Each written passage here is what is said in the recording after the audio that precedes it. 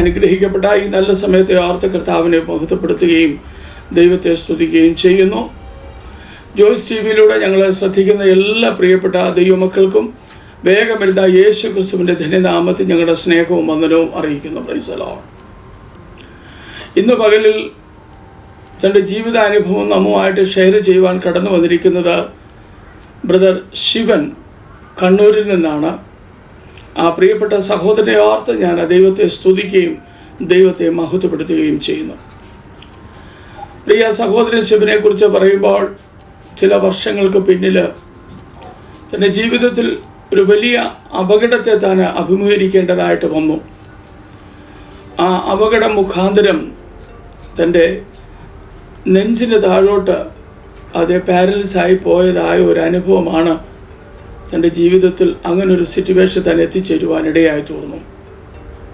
എങ്കിലും തന്നിലുള്ള വിശ്വാസവും പ്രത്യാശയും കൈവിടാതെ കർത്താവിലുള്ള ആഴമേറിയ വിശ്വാസം നിലനിന്ന് ദൈവം ഇന്നും ആ പ്രിയപ്പെട്ടവനെ നടത്തുന്ന ഒരു ജീവനുള്ള സാക്ഷ്യം, ഒരു ജീവിക്കുന്ന സാക്ഷ്യമായിട്ടാണ് പ്രിയ ശിവൻ ഇന്ന് പകലിൽ ജോയ്സ് ടി വിയുടെ പ്രേക്ഷകരുടെ മുമ്പിലേക്ക് കടന്നു വരുന്നത്. ദയവായി ഈ സാക്ഷ്യം കേൾക്കുന്ന പ്രിയപ്പെട്ടവർ നിങ്ങളുടെ ആത്മീക ജീവിതത്തിൻ്റെ അഭിവൃദ്ധിക്കും അനുഗ്രഹത്തിനും കർത്താവിനോട് കൂടുതൽ അടുക്കുന്നതിനു വേണ്ടി ഈ സാക്ഷ്യം അത് സ്കിപ്പ് ചെയ്യാതെ അത് കണ്ട് ദൈവത്തെ മഹത്വപ്പെടുത്തണം, ദൈവനാമത്തെ ഉയർത്തുവാനും ഇടയായി തീരട്ടെ എന്ന് ഞാൻ ആഗ്രഹിക്കുകയാണ്. Price the Lord. ഇന്ന് പകലിൽ നമ്മളോടൊപ്പം ജോയിൻ ചെയ്തിരിക്കുന്ന കർത്താവിൻ്റെ വിലപ്പെട്ട ദാസൻ ബ്രദർ ശിവൻ, സ്വാഗതം. എന്തൊക്കെയുണ്ടോ വിശേഷങ്ങളാ? ദൈവം സഹായിച്ച് നന്നായിട്ട് പോകുന്നു. ഓക്കെ.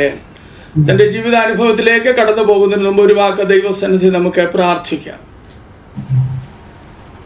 സ്നേഹവാനായ ഞങ്ങളുടെ ദൈവമേ, പരിശുദ്ധനായ ഞങ്ങളുടെ പിതാവേ, നന്ദി നിറഞ്ഞ ഹൃദയത്തോടെ ഞങ്ങൾ അങ്ങേ വാഴ്ത്തുകയും മഹത്വപ്പെടുത്തുകയും ചെയ്യുന്നു.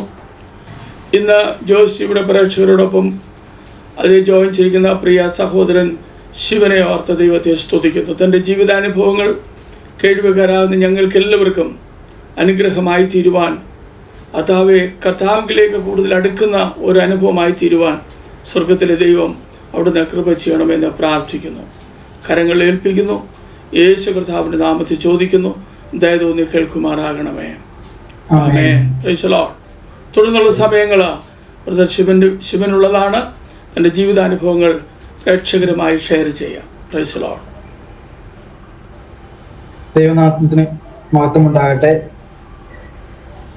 എന്നെ കേൾക്കുന്ന എല്ലാ നല്ലവരായ സഹോദരങ്ങൾക്കും കർത്താവിൻ്റെ നാമത്തിൽ സ്നേഹവന്ദനം അറിയിക്കുന്നു.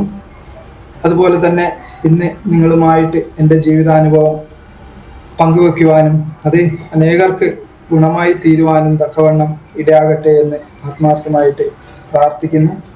എൻ്റെ ജീവിതത്തിൽ ദൈവം ചെറുതും വലുതുമായ കഷ്ടതയിൽ കൂടെ കടന്നു പോകുമ്പോഴും ചെയ്ത എല്ലാ നന്മകളും സമാധാനവും ഞാൻ നിങ്ങൾക്കും കൂടി അത് പങ്കുവെക്കുവാൻ, നിങ്ങൾക്കും ദൈവത്തിൽ കുറച്ചും കൂടി അർപ്പണബോധത്തോടെ ജീവിക്കുവാൻ കഴിയുമെങ്കിൽ അതാണ് ഏറ്റവും വലിയ കാര്യമായി കരുതുന്നു. അതിനുവേണ്ടി എൻ്റെ ജീവിതത്തിൽ ചെയ്ത ചെറിയ ചെറിയ കാര്യങ്ങൾ ഞാൻ നിങ്ങളുമായിട്ട് പങ്കുവെക്കാനാണ് നിങ്ങളുടെ മുമ്പാകെ വന്നിരിക്കുന്നത്. ഒരിക്കൽ കൂടി എനിക്ക് ഈ അവസരം ഇതിനായിട്ട് ഒരുക്കി തന്ന പാസ്റ്റർ അവരുകൾക്കും നന്ദി അറിയിക്കുകയാണ്. ഞാൻ എൻ്റെ ജീവിതാനുഭവത്തിലേക്ക് കടക്കാം. എൻ്റെ പേര് ശിവൻ എന്നാണ്. ഞാൻ ജനിച്ചു വളർന്നത് വയനാട് ജില്ലയിൽ മേപ്പാടി റിപ്പൺ അതിൻ്റെ അടുത്താണ്. റിപ്പൺ എന്ന സ്ഥലത്താണ്. അവിടെ വളരെ ദരിദ്ര കുടുംബത്തിൽ എൻ്റെ അച്ഛൻ്റെ പേര് രാമസ്വാമി എന്നാണ്, അമ്മയുടെ പേര് ലക്ഷ്മി. അവരുടെ മകനായിട്ട് 5 മക്കളിൽ 4ാമത്തെ മകനായിട്ടാണ് ഞാൻ ജനിക്കുന്നത്. അങ്ങനെ എൻ്റെ ജീവിതകാലം ചെറുപ്പകാലം മുതൽ തന്നെ ഭയങ്കര ദരിദ്രമായ ജീവിതത്തിലാണ് കടന്നു വന്നിരുന്നത്. ആ അവസ്ഥയിൽ കൂടെ കടന്നു വരുമ്പോൾ എനിക്കൊരു 5 വയസ്സുള്ളപ്പോൾ തന്നെ അമ്മയ്ക്കും സുഖമില്ലാതെയായി, മാനസികമായ പ്രയാസങ്ങൾ വന്നു തുടങ്ങി. എൻ്റെ അനിയത്തി ജനിച്ച് 5ാമത്തെ മാസം തന്നെ എൻ്റെ അമ്മയ്ക്ക് കണ്ടു തുടങ്ങിയതാണ്. മാനസിക രോഗത്തിൻ്റെ അവസ്ഥയിലായതോടുകൂടി പിന്നീടുള്ള ദുരിതങ്ങൾ ഏറെയായിരുന്നു. ഞങ്ങൾ 5 മക്കൾ ചെറിയവരായിരുന്നു. അതിൽ എനിക്ക് താഴെ ഒരു അനിയത്തിയായിരുന്നു. അനിയത്തിക്ക് അന്ന് 6 മാസമാണ് പ്രായം ഉണ്ടായിരുന്നത്. അപ്പോഴാണ് എൻ്റെ അമ്മയ്ക്ക് അസുഖം വരുന്നത്. അതിനുശേഷം എൻ്റെ അച്ഛൻ വളരെ കൂലിവേല ചെയ്ത് അന്നത്തെ കാലത്ത് തുച്ഛമായ പൈസയാണ് കിട്ടിയിരുന്നത്. അതുകൊണ്ട് ഞങ്ങളെ പോറ്റിയിരുന്നു. ഞങ്ങൾക്ക് അന്നത്തെ കാലത്ത് വീട് ഇല്ലായിരുന്നു. ഓരോ വാടകയ്ക്കും അല്ലാതെ ചെറിയ ഇങ്ങനെ അവിടുത്തെ വയലുകളിലെല്ലാം ഷെഡ് വെച്ച് അവിടെയൊക്കെ ആയിരുന്നു താമസിച്ചുകൊണ്ടിരുന്നത്. അമ്മയ്ക്ക് ഈ അസുഖം ഉള്ളത് കാരണം തന്നെ അമ്മ ഓരോ സ്ഥലത്ത് എത്തുമ്പോഴും അവിടെയുള്ള ഉടമകളെ അവരോട് വഴക്ക് പറയുകയും അവരോട് വഴക്കുണ്ടാക്കുകയൊക്കെ ചെയ്യുന്നത് കൊണ്ട് അവിടെ നിന്നൊക്കെ ഞങ്ങളെ ഇറക്കി വിടുമായിരുന്നു. അപ്പൊ എൻ്റെ കുട്ടിക്കാലം തന്നെ വളരെ വേദന നിറഞ്ഞതായതുകൊണ്ട് എനിക്ക് എങ്ങനെയെങ്കിലും എൻ്റെ ഓരോ ഘട്ടത്തിലും വളർച്ചയിൽ എങ്ങനെയെങ്കിലും ഞങ്ങൾക്ക് സ്വന്തമായിട്ടൊരു വീട് വേണം എന്നതായിരുന്നു എൻ്റെ ചെറുപ്പകാലം മുതലേ ഉള്ള ഒരു ആഗ്രഹം. കാരണം ഓരോ സ്ഥലത്തു നിന്ന് ഇങ്ങനെ അവരെ ഇറക്കി വിടുമ്പോൾ വളരെ കണ്ണീരോടുകൂടി വിഷമത്തോടുകൂടി അവിടുന്ന് ഇറങ്ങുമ്പോൾ നമുക്ക് ആ കുഞ്ഞു മനസ്സിൽ തന്നെ പറഞ്ഞറിയിക്കാൻ പറ്റാത്ത വിഷമങ്ങളായിരുന്നു. അങ്ങനെ വളർന്നു വരുന്നതിൻ്റെ ഇടയ്ക്ക് എൻ്റെ 11ാമത്തെ വയസ്സിൽ തന്നെ ഞാൻ എൻ്റെ വിദ്യാഭ്യാസം എല്ലാം മതിയാക്കി. അങ്ങനെ അന്നത്തെ കാലത്ത് എനിക്ക് പറ്റുന്ന ചെറിയൊരു ജോലി തരാമെന്ന് പറഞ്ഞ ഒരു കോഴിക്കോട് ജില്ലയിലുള്ള ഒരു വീട്ടിൽ ഈ പറഞ്ഞ മാതിരി അവർ എന്നെ കൊണ്ടുപോകുമ്പോൾ എന്നോട് പറഞ്ഞിരുന്നത് അവിടെയും സ്കൂളിൽ ചേർത്തി പഠിപ്പിക്കാം, അവർക്ക് ചെറിയ അച്ഛനും അമ്മയ്ക്കും പ്രായമായതുകൊണ്ട് ചെറിയ സഹായങ്ങൾ, പാല് മേടിക്കാനും സാധനം മേടിക്കാനൊക്കെ ഉള്ള പണികൾ മാത്രമേ ഉള്ളൂ എന്ന് പറഞ്ഞിട്ടാണ് എന്നെ കൊണ്ടുപോയത്. പക്ഷെ 5 മണി മുതൽ രാത്രി 11 മണി വരെ അവിടെയുള്ള ഒരു വീട്ടിലെ സകല വേലകളും എന്നെ ചെയ്യിക്കും. ആ കുഞ്ഞു മനസ്സിൽ അപ്പോൾ തന്നെ എനിക്ക് അവിടെയും ഭയങ്കര പ്രയാസകരമായിരുന്നു. അങ്ങനെ 11 വയസ്സ് മുതൽ 13 വയസ്സ് വരെ ഞാൻ അവിടെ നിന്ന് അവിടെ നിൽക്കുമ്പോഴൊക്കെ എൻ്റെ മനസ്സിലൊരു ആഗ്രഹമായിരുന്നു, എനിക്ക് സ്വന്തമായിട്ടൊരു വീട് വേണം, ഞങ്ങളുടെ കുടുംബം എങ്ങനെയെങ്കിലും ഒരു നല്ല രീതിയിൽ എത്തണം എന്നുള്ള രീതിയിൽ വളർന്നു വരുന്നതിൻ്റെ ഇടയ്ക്കാണ് എൻ്റെ അച്ഛൻ്റെ മരണം. അത് കഴിഞ്ഞ് കോഴിക്കോട് അവിടെ നിന്ന് വന്ന് തിരിച്ച് എൻ്റെ നാട്ടിൽ വന്ന് ഞാൻ ചെറിയ എന്നെ കൊണ്ടാവുന്ന ചെറിയ ജോലിക്കെല്ലാം പോയി തുടങ്ങി. അന്ന് എനിക്ക് 14 വയസ്സായിരുന്നു. ആ സമയത്ത് എൻ്റെ അച്ഛൻ്റെ മരണം പെട്ടെന്ന് കാലിലെന്തോ കമ്പോ തട്ടി അത് പോയ്സനായി എൻ്റെ അച്ഛൻ്റെ മരണം സംഭവിക്കുന്നത്. അതിനുശേഷം കുടുംബത്തിന്റെ ഭാരം മുഴുവൻ ഞാൻ ഏറ്റെടുക്കേണ്ടതായ ഒരു അവസ്ഥയിൽ വന്നു. അവിടെ നിന്ന് എനിക്ക് പറ്റുന്ന ഒരു വലിയ ആൾ ചെയ്യുന്ന വേലകൾ മുഴുവൻ അന്ന് ഞാൻ ചെയ്യുമായിരുന്നു. എങ്കിലും അന്നൊക്കെ എനിക്ക് വലിയ വിഷമങ്ങളൊന്നും ഉണ്ടായിരുന്നില്ല. കാരണം ജോലി ചെയ്യാനുള്ള കഴിവ് അപ്പോഴേക്ക് എനിക്ക് കിട്ടിയായിരുന്നു. ഏത് പ്രതിസന്ധിനെയും മറികടക്കാനുള്ള ഒരു ആർജവും എനിക്കുണ്ടായി. കാരണം അത്രയധികം ചെറുപ്പം മുതലേ കഷ്ടപ്പെട്ടത് കൊണ്ട് വേറെ ഒന്നും പ്രയാസമായിട്ട് എനിക്ക് തോന്നിയിരുന്നില്ല. അപ്പോഴും എൻ്റെ ആഗ്രഹമായിരുന്നു സ്വന്തമായിട്ട് ഒരു വീട്. അന്നും വീടില്ലായിരുന്നു. ഞങ്ങൾ അന്നും ഓരോ സ്ഥലത്ത് വാടകയ്ക്കും അല്ലെങ്കിൽ ചെറിയ ഷെഡുകൾ വെച്ച് അവിടെയൊക്കെ ആയിരുന്നു താമസിച്ചുകൊണ്ടിരുന്നത്. പക്ഷെ എൻ്റെ അമ്മയും അനിയത്തിയെയും നല്ല രീതിയിൽ വളർത്തിക്കൊണ്ടുവരണം, അനിയത്തിയെ പഠിപ്പിക്കണം, അമ്മയുടെ അസുഖത്തിന് ചികിത്സിക്കണം, ഇങ്ങനെയൊക്കെ ഉള്ളൊരു ആഗ്രഹം കൊണ്ടാണ് ഞാൻ ഈ ജോലിയെല്ലാം ചെയ്തുകൊണ്ടിരുന്നത്. അങ്ങനെ ജോലി ചെയ്ത് വരുന്നതിന് ഇടയ്ക്കാണ് എനിക്ക് ഈ അപകടം പറ്റുന്നത്. അതായത് എൻ്റെ 19ാമത്തെ വയസ്സിൽ. അപ്പോഴേക്കും ഞാൻ ഈ അധ്വാനത്തിന്റെ ഫലമായിട്ടൊക്കെ തന്നെ ചെറിയ പൈസകൾ കൂട്ടി വെച്ച് ഞാനൊരു 5 സെന്റ് സ്ഥലം വാങ്ങിയിട്ടുണ്ടായിരുന്നു. 5 സെന്റ് സ്ഥലം വാങ്ങി അവിടെ വീട് വെക്കാൻ വേണ്ടി, അവിടെ ഉണ്ടായിരുന്ന ഒരു ചെറിയ ഷെഡ് പൊളിച്ചിട്ട് വീട് വെക്കാൻ വേണ്ടിയുള്ള തയ്യാറെടുപ്പിലായിരിക്കുമ്പോഴാണ് എനിക്ക് ഈ അപകടം സംഭവിക്കുന്നത്. എനിക്ക് അപകടം സംഭവിച്ചതോടുകൂടി തന്നെ അതുവരെ എൻ്റെ ഏട്ടന്മാരൊക്കെ ഉണ്ടായിരുന്നെങ്കിൽ അവരൊക്കെ ഓരോ സ്ഥലത്ത് നിന്ന് ജോലി ചെയ്യുമായിരുന്നു. വീട്ടിലെ കാര്യങ്ങൾ മുഴുവൻ ഞാനായിരുന്നു ചെയ്തുകൊണ്ടിരുന്നത്. അതോടുകൂടി വീട്ടിലെ കാര്യങ്ങൾക്ക് പ്രയാസമായി. ഞാൻ കോഴിക്കോട് മെഡിക്കൽ കോളേജിലായി. ഒരു ഞായറാഴ്ച ദിവസമായിരുന്നു എനിക്ക് അപകടം സംഭവിക്കുന്നത്. ഞാൻ എന്നും അടക്ക പറിക്കാൻ പോകുന്നതാണ്. പക്ഷെ അന്ന് ഞായറാഴ്ച ദിവസമായിട്ടും ഞാൻ അന്നും കൂടി വേലയ്ക്ക് പോകാനുള്ള തീരുമാനം. കാരണം ഞാനൊന്ന് ഇടപെടുകയാണ്. ഈ 19ാമത്തെ വയസ്സിലേക്ക് കടന്നപ്പോൾ ഒരു അപകടം ഉണ്ടായെന്ന് ശിവൻ പറഞ്ഞല്ലോ. ആ അപകടത്തെ കുറിച്ചൊന്ന് നമ്മുടെ പ്രേക്ഷകരായിട്ടൊന്ന് വിശദമായിട്ട് അവരുമായിട്ടൊന്ന് സംസാരിക്കാൻ പറ്റുമോ? തീർച്ചയായിട്ടും. ഞാൻ അടക്കം എല്ലാ ജോലിയും ചെയ്യുമായിരുന്നു. സാധാരണ തൂമ്പ പണിയും അല്ലാതെ എല്ലാ കൃഷിപ്പണികളും ചെയ്യുമായിരുന്നു. എനിക്ക് ചെറിയ രീതിയിൽ കൃഷികളും ഉണ്ടായിരുന്നു. അതോടൊപ്പം തന്നെ ഈ അടക്ക പറിക്കാൻ പോകുമ്പോൾ ഇരട്ടി കൂലി കിട്ടും, കൂടുതൽ കൂലി കിട്ടും. അതുകൊണ്ടാണ് ഞാൻ ഈ അടക്കപറി, മരം വെട്ടി ഇങ്ങനെയുള്ള കാര്യങ്ങൾക്ക് കൂടുതലായിട്ട് പോയിക്കൊണ്ടിരുന്നത്. അപ്പൊ ആ സമയത്ത് ഒരു ദിവസം ഇതേപോലെ അടക്ക പറിക്കാൻ പോകുന്ന സമയത്താണ് എൻ്റെ 19ാമത്തെ വയസ്സിൽ രാവിലെ വീട്ടിൽ നിന്ന് ഇറങ്ങി പണി തുടങ്ങിയപ്പോഴേക്കും ഫസ്റ്റത്തെ ഒരു കവുങ്ങിൽ കയറി, നമ്മൾ ഒരു കവുങ്ങിൽ കയറുമ്പോൾ അങ്ങനെ മാറി മാറി അടുത്ത കവുങ്ങിലേക്ക് ഇങ്ങനെ ചാടി ചാടി പോവുക ചെയ്യാം.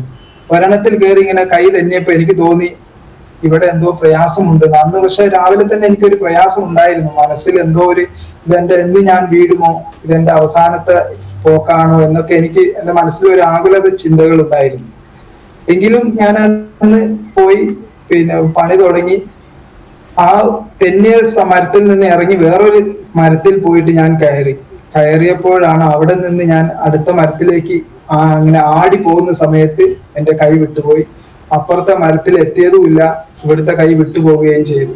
അങ്ങനെ ഞാൻ കിട്ടിയത് വെച്ച് ചാടി പിടിച്ചെങ്കിലും ആ ഓല അടക്കം പറഞ്ഞ് ഞാൻ താഴെ വീണു. താഴെ വീഴുന്നതിന്റെ ഇടയ്ക്ക് തന്നെ ഈ രണ്ട് കവുങ്ങിന്റെ ഇടയിലുള്ള ഒരു ഗ്യാപ്പിൽ വലിയൊരു പ്ലാവ് ഉണ്ടായിരുന്നു. ആ പ്ലാവിന്റെ വലിയൊരു കമ്പില് വീണ് ഇങ്ങനെ വട്ടം വീണ് അപ്പോൾ തന്നെ വീണപ്പോൾ തന്നെ മേലെ നിന്ന് തന്നെ എന്റെ നട്ടെൽ ഒടിഞ്ഞിട്ടുണ്ടായിരുന്നു. അത് നേരെ പിന്നെ താഴെ വന്ന് വീണപ്പോൾ എനിക്ക് മനസ്സിലായി എന്തോ കാര്യമായിട്ട് അപകടം പറ്റിയെന്ന്. കാരണം വീണ ആ സമയം മുതൽ തന്നെ എനിക്ക് കാലൊന്നും തൊട്ടാൽ അറിയുന്നില്ലായിരുന്നു. അപ്പൊ എന്റെ കൂടെ ഉണ്ടായിരുന്നവർ ഓടി വന്ന് വേഗം തന്നെ എന്നെ എടുത്തു. എടുത്തപ്പോഴേക്കും എനിക്ക് വേദന സഹിക്കാൻ പറ്റാതെ ഞാൻ എടുക്കരുത് എന്ന് പറഞ്ഞു. അപ്പൊ കൂടെയുള്ള ആരോ വന്ന് ഉപദേശിച്ചു. അവിടെ ഒരു പ്രായമുള്ള ഒരാളുണ്ടായിരുന്നു. അയാൾ പറഞ്ഞു എന്നെ ഒന്ന് എടുത്ത് കുടഞ്ഞാൽ മതി, ശരിയാകും. അപ്പൊ എന്റെ കയ്യും കാലും പിടിച്ച് പൊക്കിയപ്പോഴേക്കും നട്ടെല്ല് പൊട്ടിയത് അകന്നു പോയതോടുകൂടി അപ്പോ ആ സമയത്ത് തന്നെ രണ്ട് കാലും നെഞ്ചിന് താഴെ പൂർണ്ണമായിട്ടും പച്ചവെള്ളം പോലെയായി, തണുത്ത അവസ്ഥയിൽ എത്തിപ്പോയി. പിന്നെ എനിക്ക് ഇടയ്ക്കിടയ്ക്ക് ബോധം വന്നും പോയിക്കൊണ്ടിരുന്നു. അതിന് ആദ്യം തന്നെ കൽപ്പറ്റ ഹോസ്പിറ്റലിലേക്ക്, വയനാട് ജില്ലയിലുള്ള കൽപ്പറ്റ പ്രൈവറ്റ് ഹോസ്പിറ്റലിലേക്ക് കൊണ്ടുവന്നപ്പോൾ അവർ പറഞ്ഞു ഇവിടെ ഒന്നും ചെയ്യാൻ പറ്റില്ല, കോഴിക്കോട് മെഡിക്കൽ കോളേജിലേക്ക് കൊണ്ടുപോകാൻ. അങ്ങനെ കോഴിക്കോട് മെഡിക്കൽ കോളേജിൽ കൊണ്ടുപോയി അവര് ഓപ്പറേഷൻ ചെയ്ത് കമ്പിയിട്ട് കഴിഞ്ഞപ്പോൾ നട്ടെല്ല് പൊട്ടിയത് കൊണ്ട് അവർ പറഞ്ഞു ഇനിയിപ്പോ ഒന്നും ചെയ്യാൻ കഴിയില്ല, നമുക്ക് നോക്കാം, ഒരു 6 മാസത്തെ ചികിത്സ കൊണ്ട് എന്തെങ്കിലും പുരോഗതി വരുമായിരിക്കും എന്ന് പറഞ്ഞു. അങ്ങനെ 3 മാസം കണ്ടിന്യൂ അവിടെ കിടന്നു. അപ്പൊ എനിക്ക് ഈ നട്ടെല്ല് പൊട്ടിയാൽ ഇങ്ങനെയൊക്കെ സംഭവിക്കും, അല്ലെങ്കിൽ ഇത്രയും പ്രയാസങ്ങൾ ഉണ്ടാകും എന്നുള്ള ഒരു ചിന്തയൊന്നും എനിക്കില്ലായിരുന്നു. ഞാൻ വിചാരിച്ചു ഒരു 6 മാസം കഴിയുമ്പോൾ, ഡോക്ടർ ആദ്യ സ്റ്റെപ്പിൽ പറഞ്ഞത് ഒരു 6 മാസം കഴിയുമ്പോൾ വ്യത്യാസം ഉണ്ടാകും, ചിലപ്പോൾ നടക്കാൻ പറ്റും, ചെറിയ രീതിയിലെങ്കിലും നടക്കാൻ പറ്റും എന്നുള്ളൊരു ചിന്തയായിരുന്നു. പക്ഷെ ഞാൻ ഈ കുഞ്ഞുനാൾ മുതൽ ഇങ്ങനെ ജോലി ചെയ്ത് എൻ്റെ കാര്യവും വീട്ടിലെ കാര്യമെല്ലാം നോക്കി നടന്നുകൊണ്ട് പെട്ടെന്ന് ഇങ്ങനെ ഒരു കട്ടിലിൽ മാത്രം, അതായത് ഒരു പരസഹായമില്ലാതെ ഒന്നും ചെയ്യാൻ പറ്റാതെ കിടക്കുന്ന ഒരവസ്ഥ. കാരണം അന്ന് എന്നെ തിരിച്ചു കിടത്താനും മലത്തി കിടത്താനും തന്നെ ഏകദേശം 2 പേര് എപ്പോഴും കൂടെ വേണം. അതുകൊണ്ട് എൻ്റെ 2 ജ്യേഷ്ഠന്മാരും ജോലി കളഞ്ഞിട്ട് എൻ്റെ കൂടെ നിൽക്കേണ്ട ഒരു അവസ്ഥയായി. അവരുടെ ജോലിയും പോയി. അങ്ങനത്തെ ഒരു പ്രതിസന്ധി ഘട്ടത്തിലായി. അങ്ങനെ ആ ചികിത്സ ഏകദേശം 5 വർഷത്തോളം തുടർന്നു. അപ്പൊ എനിക്ക് ആദ്യമൊക്കെ ഞാൻ ഡോക്ടറോട് ചോദിച്ചായിരുന്നു, ഈ 6 മാസം കഴിഞ്ഞപ്പോൾ ഞാൻ ഡോക്ടറോട് ചോദിച്ചു എന്ത് സംഭവിക്കും, എന്റെ 6 മാസം കഴിഞ്ഞിട്ട് എന്റെ ജീവിതത്തിൽ ഒരു മാറ്റവും ഇല്ലല്ലോ. അപ്പൊ ഡോക്ടർ പറഞ്ഞു ചിലപ്പോ ഒരു 3 വർഷം കഴിയുമ്പോൾ എന്തെങ്കിലും ചെറിയ രീതിയിൽ മാറ്റം വരാൻ സാധ്യതയുള്ളൂ. അങ്ങനെ ഞാൻ 3 വർഷത്തെ പ്രതീക്ഷയിൽ പിന്നെയും കിടക്കുക എന്ന് പറഞ്ഞാൽ എന്റെ വീട് പൊളിച്ചിട്ടത് കൊണ്ട് ചെറിയ ഒരു ഷെഡായിരുന്നു. ഷെഡ് എന്ന് പറഞ്ഞാൽ ഒരു 10 അടി വീതിയുള്ള ഒരു ചെറിയ ഷെഡിലാണ് ഞാൻ കിടക്കുക. എന്നെ വീട്ടിൽ കൊണ്ടുവന്ന് കിടത്തുന്നത്. അവിടെ തന്നെയാണ് സുഖമില്ലാത്ത എൻ്റെ അമ്മയും നിൽക്കുന്നത്. അപ്പോ അങ്ങനെയൊക്കെ ഭയങ്കര പ്രയാസത്തിലായതോടുകൂടി എൻ്റെ മനസ്സിൽ പിന്നെ ഉള്ള ഒരു ഒറ്റ ചിന്ത എന്നുള്ളത് ആത്മഹത്യ ചെയ്യുക എന്നുള്ളത് മാത്രമായിരുന്നു. കാരണം എൻ്റെ ജീവിതത്തിൽ ഒരു വെളിച്ചവും ഇല്ല. ഞാൻ ഇങ്ങനെ ചിന്തിച്ചു തുടങ്ങി. ഒന്നാമത് ഇത്രയും പ്രയാസത്തിലും കൂടെ കടന്നു പോകുന്നു. ഇപ്പോഴുള്ള അവസ്ഥ എന്ന് പറഞ്ഞാൽ എനിക്ക് മറ്റുള്ളവരെ സഹായിക്കാനും വയ്യ. അതോടൊപ്പം തന്നെ ഞാൻ മുഖാന്തരം ചേട്ടന്റെ ജീവിതം, അനിയത്തിയുടെ ജീവിതം അതെല്ലാം നിന്നു പോവുകയാണ്. കാരണം അവർക്ക് മറ്റുള്ള ജോലികൾക്ക് പോകാൻ കഴിയുന്നില്ല. കാരണം എപ്പോഴും എന്നെ നോക്കണം, ഹോസ്പിറ്റലിലേക്ക് കൊണ്ടുവരണം. ഓരോ പ്രാവശ്യം ഹോസ്പിറ്റലിൽ കൊണ്ടുപോകുമ്പോൾ 3 മാസം കോഴിക്കോട് മെഡിക്കൽ കോളേജിൽ അഡ്മിറ്റ് ആവും. അത്രയും കാലം ഇവർ നിൽക്കണം. അങ്ങനെ ഒരു കണക്കിന് അവരെന്നെ നോക്കി തന്നെ അവരുടെ ജീവിതവും കൂടി മടുത്ത് അങ്ങനത്തെ ഒരു അവസ്ഥയിൽ അവരും എത്തി. പിന്നെ ചികിത്സിക്കാനാണെങ്കിൽ സാമ്പത്തികം ഇല്ലാത്തൊരവസ്ഥ. അവരും അത്രയും പ്രയാസത്തിൽ കൂടെ കടന്നു പോകുന്നതോടുകൂടി പിന്നെ എനിക്ക് തോന്നി തുടങ്ങി ഇനി ഞാൻ ജീവിക്കുന്നതിൽ അർത്ഥമില്ല. അങ്ങനെയല്ല, അവസാനം ഞാൻ ഡോക്ടറെ അടുത്ത് പോയ സമയത്ത് ഞാൻ അവിടെ ഒരു ഡോക്ടറെ പരിചയപ്പെട്ടു. ആ ഡോക്ടറോട് എന്റെ കാര്യങ്ങൾ ആത്മാർത്ഥമായിട്ട് ഞാൻ ചോദിച്ചു, എന്റെ അവസ്ഥ എന്താണ്. ആ ഡോക്ടർ പറഞ്ഞു, നട്ടെല്ല് പൊട്ടിക്കഴിഞ്ഞാൽ ലോകത്തിൽ എവിടെയും ഇതുവരെ ചികിത്സ കണ്ടുപിടിച്ചിട്ടില്ല. ഒന്നെങ്കിൽ ദൈവം നേരിട്ട് വന്ന് എന്തെങ്കിലും ചെയ്യണം, അല്ലെങ്കിൽ ഇനി ഒരു ചികിത്സ കണ്ടുപിടിക്കണം, അല്ലാതെ ഒരു മാർഗവും ഇല്ല എന്ന് പറഞ്ഞു.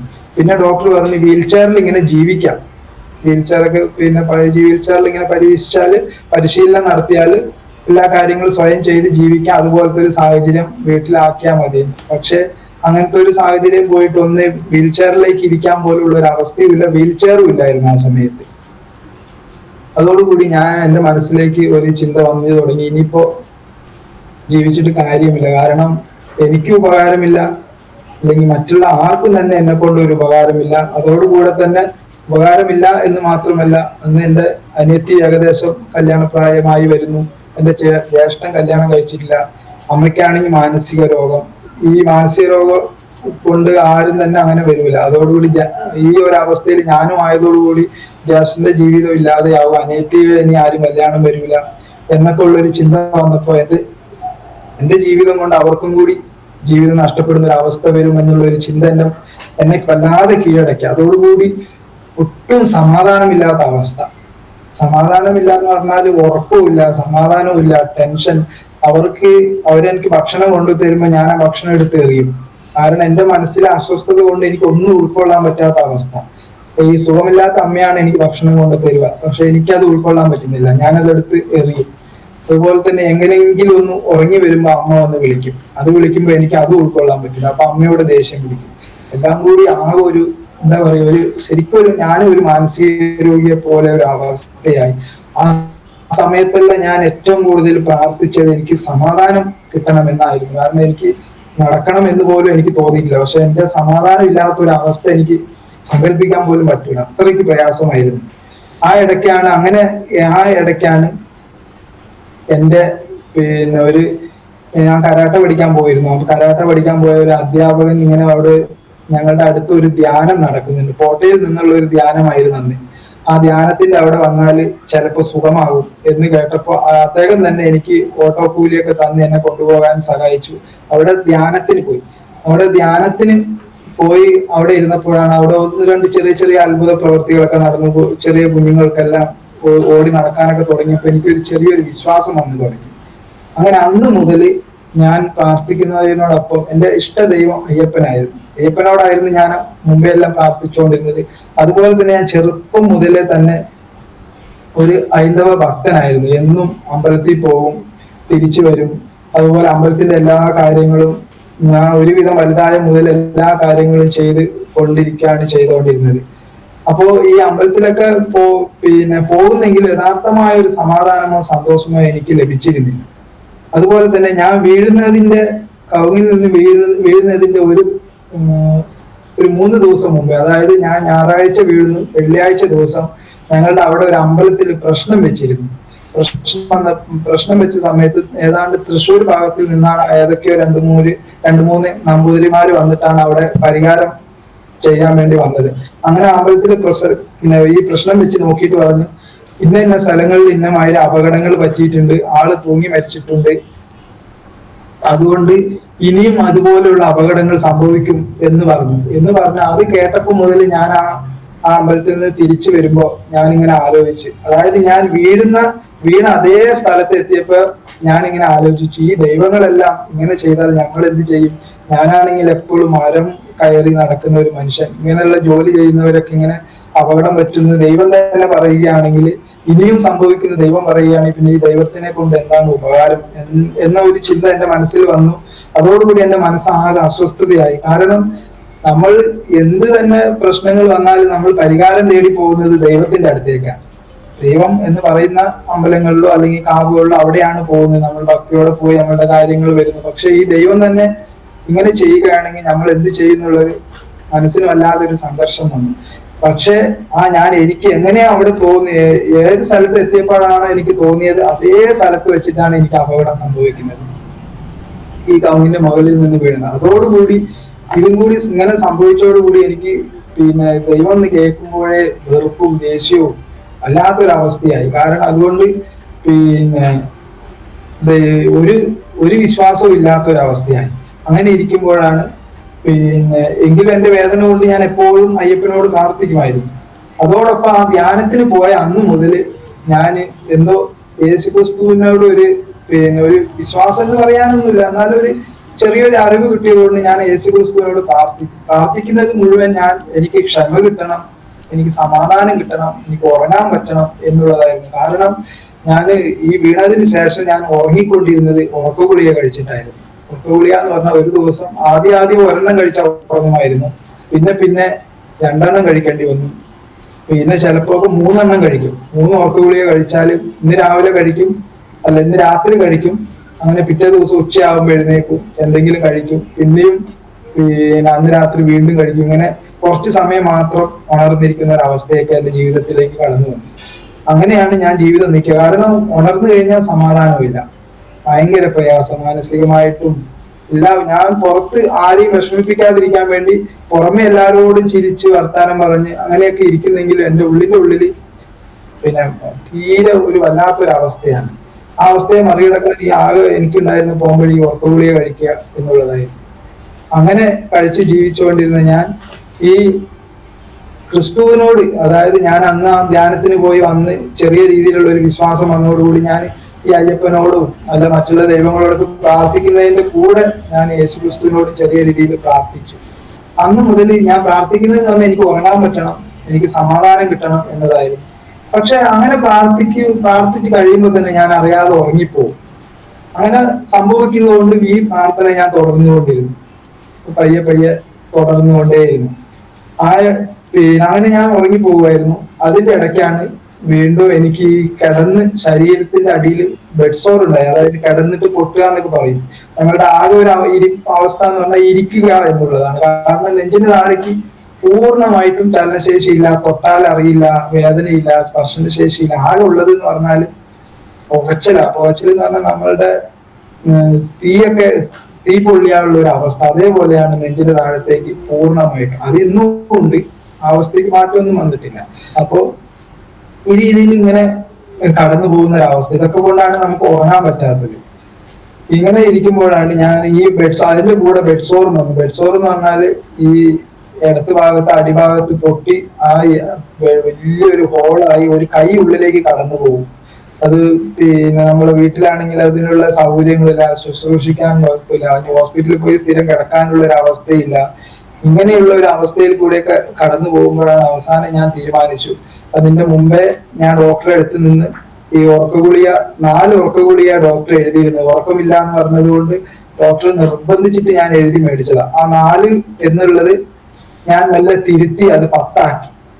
അപ്പൊ അങ്ങനെ ഓരോ സ്ലിപ്പിലും 10 ഉറക്കഗുളിക വെച്ച് ഞാൻ എഴുതി മേടിക്കാൻ തുടങ്ങി. അങ്ങനെ ഞാൻ ആ ഉറക്കഗുളിക ആദ്യ സ്റ്റെപ്പിൽ ഞാൻ ഏകദേശം 2001 വീണ് 2003 വരെ ഞാൻ ഈ ഉറക്കഗുളിക സ്റ്റോക്ക് ചെയ്ത് വെച്ചു. 60 ഉറക്കഗുളിക ആയായിരുന്നു. പിന്നെ അപ്പോഴും ഒരു വട്ടം ഡോക്ടർ പറഞ്ഞു ചിലപ്പോൾ ഒരു 5 വർഷം കഴിയുമ്പോൾ എന്തെങ്കിലും ഒരു മാറ്റം ഉണ്ടാവും, സ്വന്തമായി എഴുന്നേറ്റ് നടക്കുവാൻ കഴിയുന്നു. അങ്ങനെ ഒരു പ്രതീക്ഷ തന്നതോടുകൂടി ഞാൻ എന്താക്കി, ഈ ഉറക്കഗുളിക മുഴുവൻ ഞാൻ എടുത്തു കളഞ്ഞു. അങ്ങനെ വീണ്ടും 5 വർഷം വരെ കാത്തിരിക്കാൻ തോന്നി. അങ്ങനെ വീണ്ടും ഒരു വർഷം കൂടി കഴിയുമ്പോഴേക്ക് എനിക്ക് തോന്നി ഇനിയിപ്പം നിന്നിട്ട് കാര്യമില്ല. അങ്ങനെ വീണ്ടും ഞാൻ ഉറക്കഗുളിക മേടിച്ച് സൂക്ഷിച്ചു വെക്കാൻ തുടങ്ങി. കാരണം അതിന്റെ ഫ്രണ്ടിൽ കൂടെ പോകുന്ന സ്കൂൾ കുട്ടികളെ എടുത്ത് കൊടുത്തിട്ടാണ്, അന്ന് വണ്ടി സൗകര്യങ്ങളൊക്കെ വളരെ കുറവാണ്, സ്കൂൾ കുട്ടികളെ എടുത്ത് കൊടുത്തു വിട്ടിട്ടാണ് ഞാൻ ഈ ഉറക്കഗുളിക വാങ്ങി സൂക്ഷിച്ചു വെക്കും. അതിന്റെ കൂടെ ഞാൻ കഴിക്കും, അതിന്റെ കൂടെ സൂക്ഷിച്ചു വെക്കും. അങ്ങനെ ഏകദേശം 2005 ഞാൻ എന്തായാലും ആത്മഹത്യ ചെയ്യും എന്ന് ഞാൻ ഉറപ്പിച്ചു. അങ്ങനെ ഉറപ്പിച്ചിട്ട് പിന്നീടുള്ള എന്റെ ചിന്ത മുഴുവനും മരിക്കുക എന്നുള്ളതായിരുന്നു. കാരണം ജീവിതത്തിൽ ഒരു പ്രതീക്ഷയില്ല. പിന്നീടുള്ള പ്രതീക്ഷ, എന്റെ ജീവിതത്തിലെ പ്രതീക്ഷ ഒറ്റ ഒന്ന് മാത്രം, എങ്ങനെയെങ്കിലും മരിക്കണം.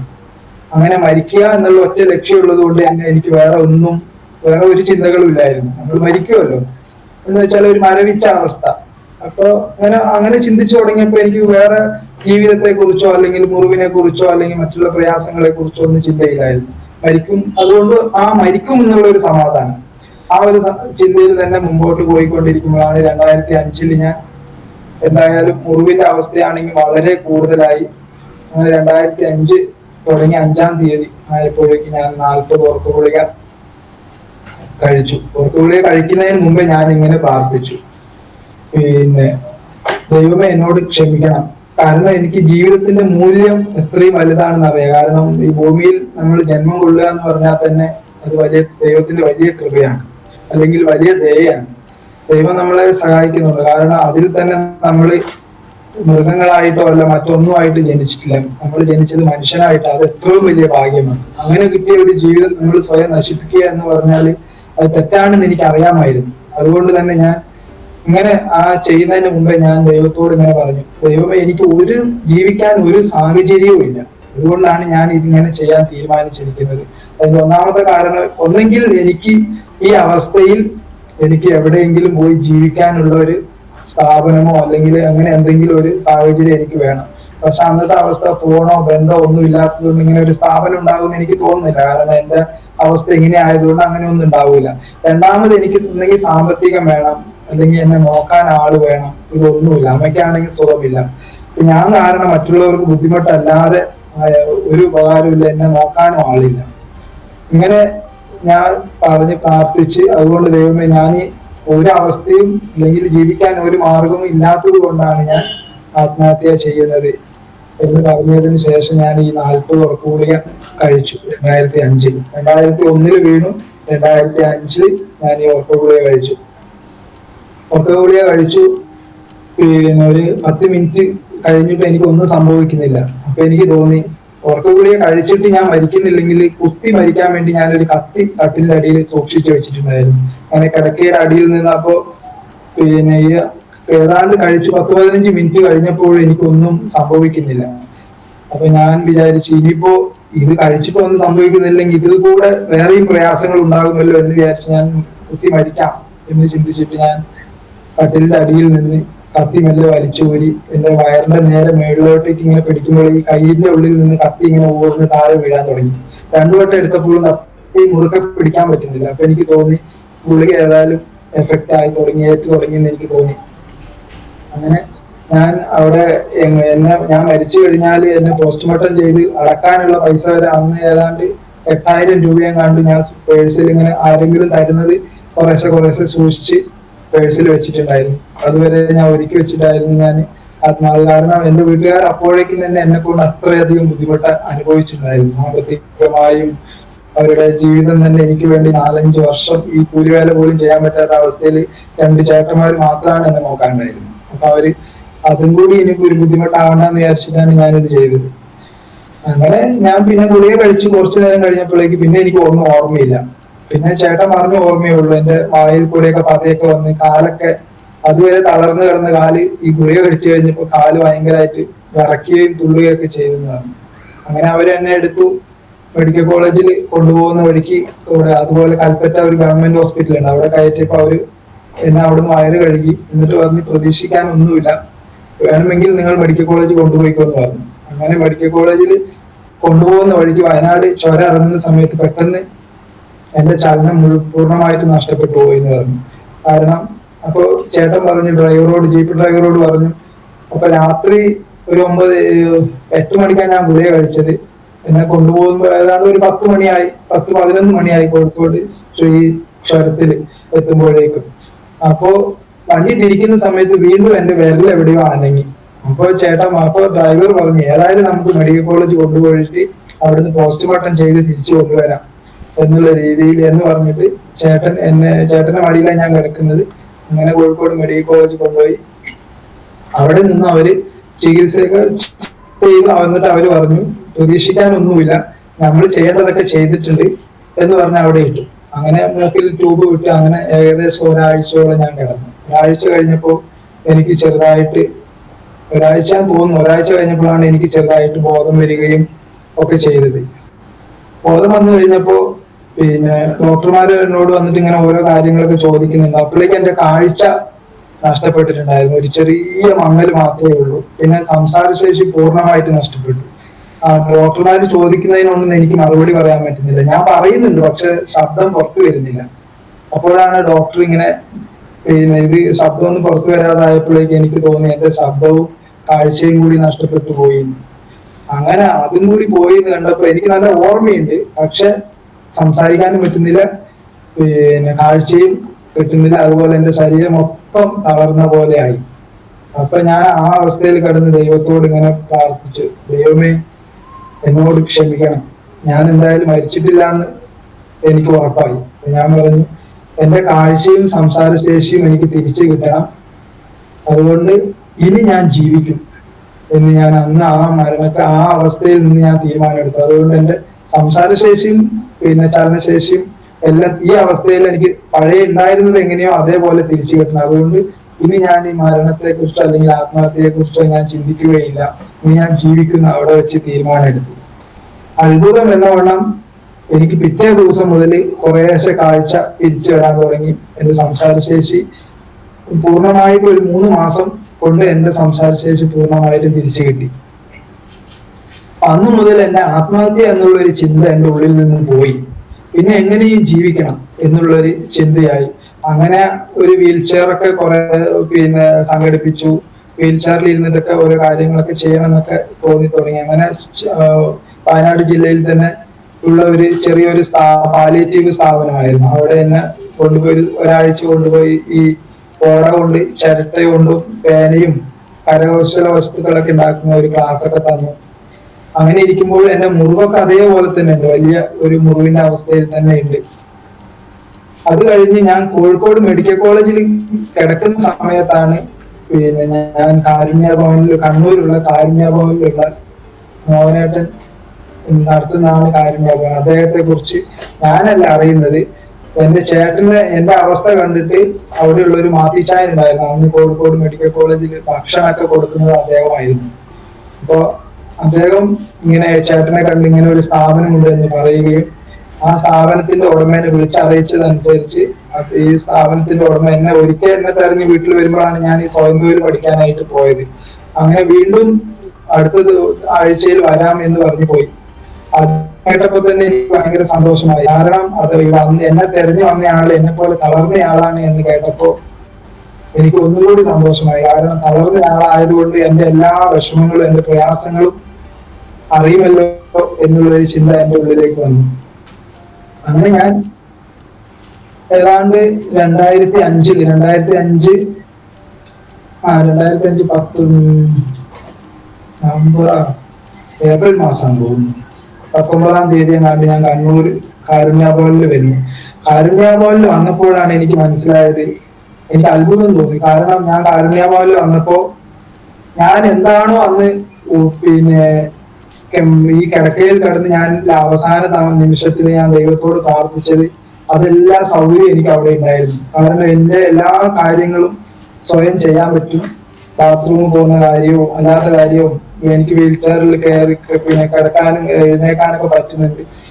ഞാൻ പ്രാർത്ഥിച്ച എല്ലാ സൗകര്യങ്ങളും അവിടെയുണ്ട്. അതോടൊപ്പം തന്നെ ഞാൻ ഈ ധ്യാനത്തിന് പോയതിന് ശേഷം ഞാനിങ്ങനെ ആഗ്രഹിച്ചിരുന്നു, എവിടെയെങ്കിലും ഒരു ക്രിസ്തീയ പ്രാർത്ഥനകൾ ഉള്ള ഒരു സ്ഥലത്ത് എത്തണം എന്നുള്ളതായിരുന്നു എന്റെ ആഗ്രഹം. പക്ഷെ എന്നെ പിന്നെ കൊണ്ടുപോകാൻ വേണ്ടി വന്നയാള് മോഹൻ നായർ എന്ന പേരാണ് പറഞ്ഞത്. അപ്പൊ ഞാൻ ചിന്തിച്ചു, ഹിന്ദു ആണെങ്കിൽ അവിടെ ഒന്നും പ്രാർത്ഥന ഉണ്ടാവില്ലല്ലോ എന്നുള്ളൊരു മനസ്സിലൊരു വിഷമം പോലെ എനിക്ക് തോന്നി. പക്ഷെ ഇവിടെ വന്നപ്പോഴാണ് അറിയുന്നത് അദ്ദേഹവും പിന്നെ ഇതുപോലെ ഒരു ഇങ്ങനെ തളർന്നു പോയെങ്കിലും ക്രിസ്തുവിനെ അറിയുന്ന ഒരു വ്യക്തിയാണ്, ക്രിസ്തുവിനോടാണ് പ്രാർത്ഥിക്കുന്നത് എന്ന് എനിക്ക് തോന്നിയപ്പോ അപ്പൊ ഇതെല്ലാം കൂടി കൂട്ടി യോജിപ്പിച്ചപ്പോ എവിടെയോ ദൈവം എന്നെ സഹായിക്കുന്നതായിട്ട് എനിക്കൊരു തോന്നി. എവിടെയോ ദൈവം എന്നെ സഹായിക്കുന്നു എന്തോ ഒരു ചെറിയൊരു വിശ്വാസം വന്നു. കാരണം ഞാൻ ഒന്നുമില്ലാത്ത ആരും അറിയാത്ത ഒരു അവസ്ഥയിൽ ഞാൻ പ്രാർത്ഥിച്ച ആ പ്രാർത്ഥന എന്തായിരുന്നു അതൊക്കെ ഞാൻ പോയ ആ സ്ഥാപനത്തിൽ ഉണ്ട്. അതെനിക്കൊരു വിശ്വാസമായിട്ട് തോന്നി. അപ്പൊ അതോടുകൂടി തന്നെ ഈ മോഹനേട്ടന്റെ അനുഭവം പിന്നെ കേൾക്കുകയും അദ്ദേഹം ബൈബിളിലെ കാര്യങ്ങൾ എന്നും സന്ധ്യാപ്രാർത്ഥനയിൽ ബൈബിൾ പഠിപ്പിക്കുകയും ബൈബിളിലെ കാര്യങ്ങളൊക്കെ പറഞ്ഞു തരാൻ തുടങ്ങി. പക്ഷെ അപ്പോഴൊക്കെ ബൈബിളിലുള്ള ഒരുപാട് വചനങ്ങൾ എന്നോട് സംസാരിക്കുന്നത് പോലെ എനിക്ക് തോന്നിയിട്ടുണ്ട്. പക്ഷെ ഇതൊക്കെ സത്യമാണെന്ന് എനിക്ക് തോന്നി. അതൊന്നും പക്ഷെ എനിക്ക് വിശ്വസിക്കാൻ പറ്റുന്നില്ലായിരുന്നു. കാരണം ഞാൻ ചെറുപ്പം മുതലേ ഈ അമ്പലം ഒരു ഹിന്ദുത്വവാദി, ഭയങ്കരമായ ഒരു ഹിന്ദുത്വവാദിയായിരുന്നു. RSSന്റെ പ്രവർത്തകനായിരുന്നു. ഓർമ്മ വെച്ച കാലം മുതൽ ഞാൻ അതിൽ പോകുന്നുണ്ട്. അപ്പൊ അതൊക്കെ കൊണ്ട് തന്നെ ഇതെനിക്കൊന്നും വിശ്വസിക്കാൻ പറ്റുന്നില്ല എന്ന് പറഞ്ഞാല് ഈ പിന്നെ പൂർണ്ണമായിട്ടും നമ്മൾ ഉൾക്കൊണ്ട് അല്ലെങ്കിൽ അതിലേക്ക് അങ്ങ് സമർപ്പിച്ച് വിശ്വസിക്കാൻ കഴിയാത്തൊരവസ്ഥ. അപ്പൊ അപ്പം തന്നെ പിന്നെ അവിടെ പോയി ഏകദേശം അപ്പോഴേക്കും ഒരു 6-7 മാസം കഴിഞ്ഞിരുന്നു. 6-7 മാസം ആയപ്പോഴേക്കും തന്നെ എന്റെ മനസ്സിൽ വല്ലാതൊരു ചിന്ത വന്നു, ഞാൻ മതം മാറ്റപ്പെടുകയാണ് എന്നുള്ളത്. കാരണം ഈ വചനം കേൾക്കുന്നതിനനുസരിച്ച് എന്റെ ഉള്ളിൽ അസ്വസ്ഥത തുടങ്ങി എന്ന് പറയുമ്പോൾ വചനം ഞാൻ ബൈബിൾ അതോടൊപ്പം തന്നെ അന്ന് തന്നെ ഞാൻ ബൈബിൾ വായിക്കുന്നുണ്ടായിരുന്നു, എല്ലാം ചെയ്യുന്നുണ്ട്. പക്ഷെ ഇതൊക്കെ വായിക്കുന്നതിനനുസരിച്ചും ഇത് കേൾക്കുന്നതിനനുസരിച്ച് എന്റെ മനസ്സിന്റെ ഉള്ളിൽ അസ്വസ്ഥത കൂടി തുടങ്ങി. ഞാൻ മുമ്പ് എങ്ങനെ സമാധാനമില്ലാത്ത ഒരു അവസ്ഥയിലായിരുന്നുവോ അതേപോലത്തെ ഒരു സമാധാനക്കേട് എന്റെ ഉള്ളിൽ വരാൻ തുടങ്ങി. എന്റെ ഉള്ളിൽ നിന്ന് ഇങ്ങനെ എന്റെ ഉള്ളിലത്തെ ഒരു ചിന്ത വരാൻ തുടങ്ങി, ഞാൻ മതമാറ്റപ്പെടുകയാണ്, ചതിക്കപ്പെടുകയാണ് എന്നൊരു അവസ്ഥ എന്റെ ഉള്ളിൽ വരാൻ തുടങ്ങി. ഒരു ദിവസം അതേപോലെ തന്നെ പിന്നെ വേറൊരു മാസ്റ്റർ അവിടെ കടന്നു വന്നിട്ട് അദ്ദേഹം ഒരു ദിവസത്തെ രാത്രി പ്രാർത്ഥനയിൽ ഇങ്ങനെ ശക്തമായി പ്രസംഗിച്ചു, യേശുക്രിസ്തു മാത്രമാണ് ദൈവം, യേശുക്രിസ്തു അല്ലാതെ ഒരു ദൈവമില്ല എന്നൊക്കെ പ്രാർത്ഥിച്ചു. ഞാൻ അദ്ദേഹത്തോട് കുറെ തർക്കിച്ചു. അതൊക്കെ കഴിഞ്ഞു. അന്ന് രാത്രി ഇതൊക്കെ കേൾക്കുമ്പോൾ എന്റെ മനസ്സിൽ അസ്വസ്ഥത തുടങ്ങി. എന്ന് വെച്ചാൽ ഞാൻ വീണതിന് ശേഷം ഞാൻ മനസ്സിലാക്കിയ ഒരു സംഭവമാണ്, സമാധാനമില്ലാതെ ഈ ഭൂമിയിൽ ജീവിക്കുക എന്ന് പറഞ്ഞാൽ ഭയങ്കര പ്രയാസമുള്ള കാര്യമാണ്.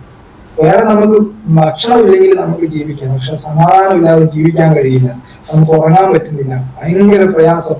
അപ്പൊ ഞാൻ എന്റെ ഉള്ളിൽ അതേപോലെ എന്റെ ഉള്ളിൽ സമാധാനക്കേട് വരാൻ തുടങ്ങി, മതമാറ്റപ്പെടുകയാണ്, എന്തൊക്കെയോ ഒരു അസ്വസ്ഥത, ഉറങ്ങാൻ പറ്റുന്നില്ല. ആ ഒരു അവസ്ഥയിലേക്ക് വന്നപ്പോൾ ഞാൻ ഒരു ദിവസം പിന്നെ ഇങ്ങനെ പ്രാർത്ഥിച്ചു, യേശുക്രിസ്തു യഥാർത്ഥ സത്യ ദൈവമാണെങ്കിൽ എന്റെ ജീവിതത്തിൽ എനിക്ക് ഇന്ന് രാത്രി എന്റെ ജീവിതത്തിൽ എന്റെ ശരീരത്തിൽ എനിക്ക് അനുഭവിച്ചറിയണം എന്ന് പ്രാർത്ഥിച്ചിട്ട് ഞാൻ കടന്നു. അല്ലെങ്കിൽ ഞാൻ ഇവിടെ നിന്ന് പോകും. കാരണം എനിക്ക് ഇവിടുത്തെ സാഹചര്യമോ അല്ലെങ്കിൽ ഇവിടുത്തെ സൗകര്യങ്ങളോ ഒന്നുമല്ല എനിക്കിപ്പോ പ്രശ്നം. ഇപ്പൊ എന്ന് പറഞ്ഞാൽ എന്റെ മനസ്സിൽ സമാധാനമില്ല. ഇത് കേൾക്കുന്നതിനനുസരിച്ച് എനിക്ക് പ്രയാസങ്ങൾ വരാൻ ചെയ്യുന്നത്. അപ്പൊ എനിക്ക് തോന്നി ഇനി ഇങ്ങനെ പോകാൻ എനിക്ക് മുമ്പോട്ട് പോകാൻ പറ്റില്ല, ഇനി തിരിച്ച് ഞാൻ എന്റെ വീട്ടിലേക്ക് തന്നെ പോകും. അതുകൊണ്ട് ഇന്ന് രാത്രി എനിക്ക് ഇത് അനുഭവിച്ചറിയണം. എന്റെ ശരീരത്തിൽ അനുഭവിച്ചറിയുന്നില്ലെങ്കിൽ ഞാൻ അടുത്ത ദിവസങ്ങളിൽ ഞാൻ എന്റെ വീട്ടിലേക്ക് തന്നെ മടങ്ങിപ്പോകും എന്ന് ഞാൻ ദൈവത്തോട് പ്രാർത്ഥിച്ച് ഞാൻ കിടന്നു. അങ്ങനെ പ്രാർത്ഥിച്ച് കിടക്കുന്ന ഏകദേശം ഒരു 9-10 മണിക്കാണ്. അങ്ങനെ വീണ്ടും ഞാൻ ഉണരുന്നത് എന്ന് വെച്ചാൽ എന്റെ ശരീരം മൊത്തം ചൊറിച്ചൽ എന്ന് പറഞ്ഞാൽ നമുക്ക് ഇതുവരെ ജീവിതത്തിൽ അനുഭവിക്കാത്ത അത്ര ചൊറിച്ചല്.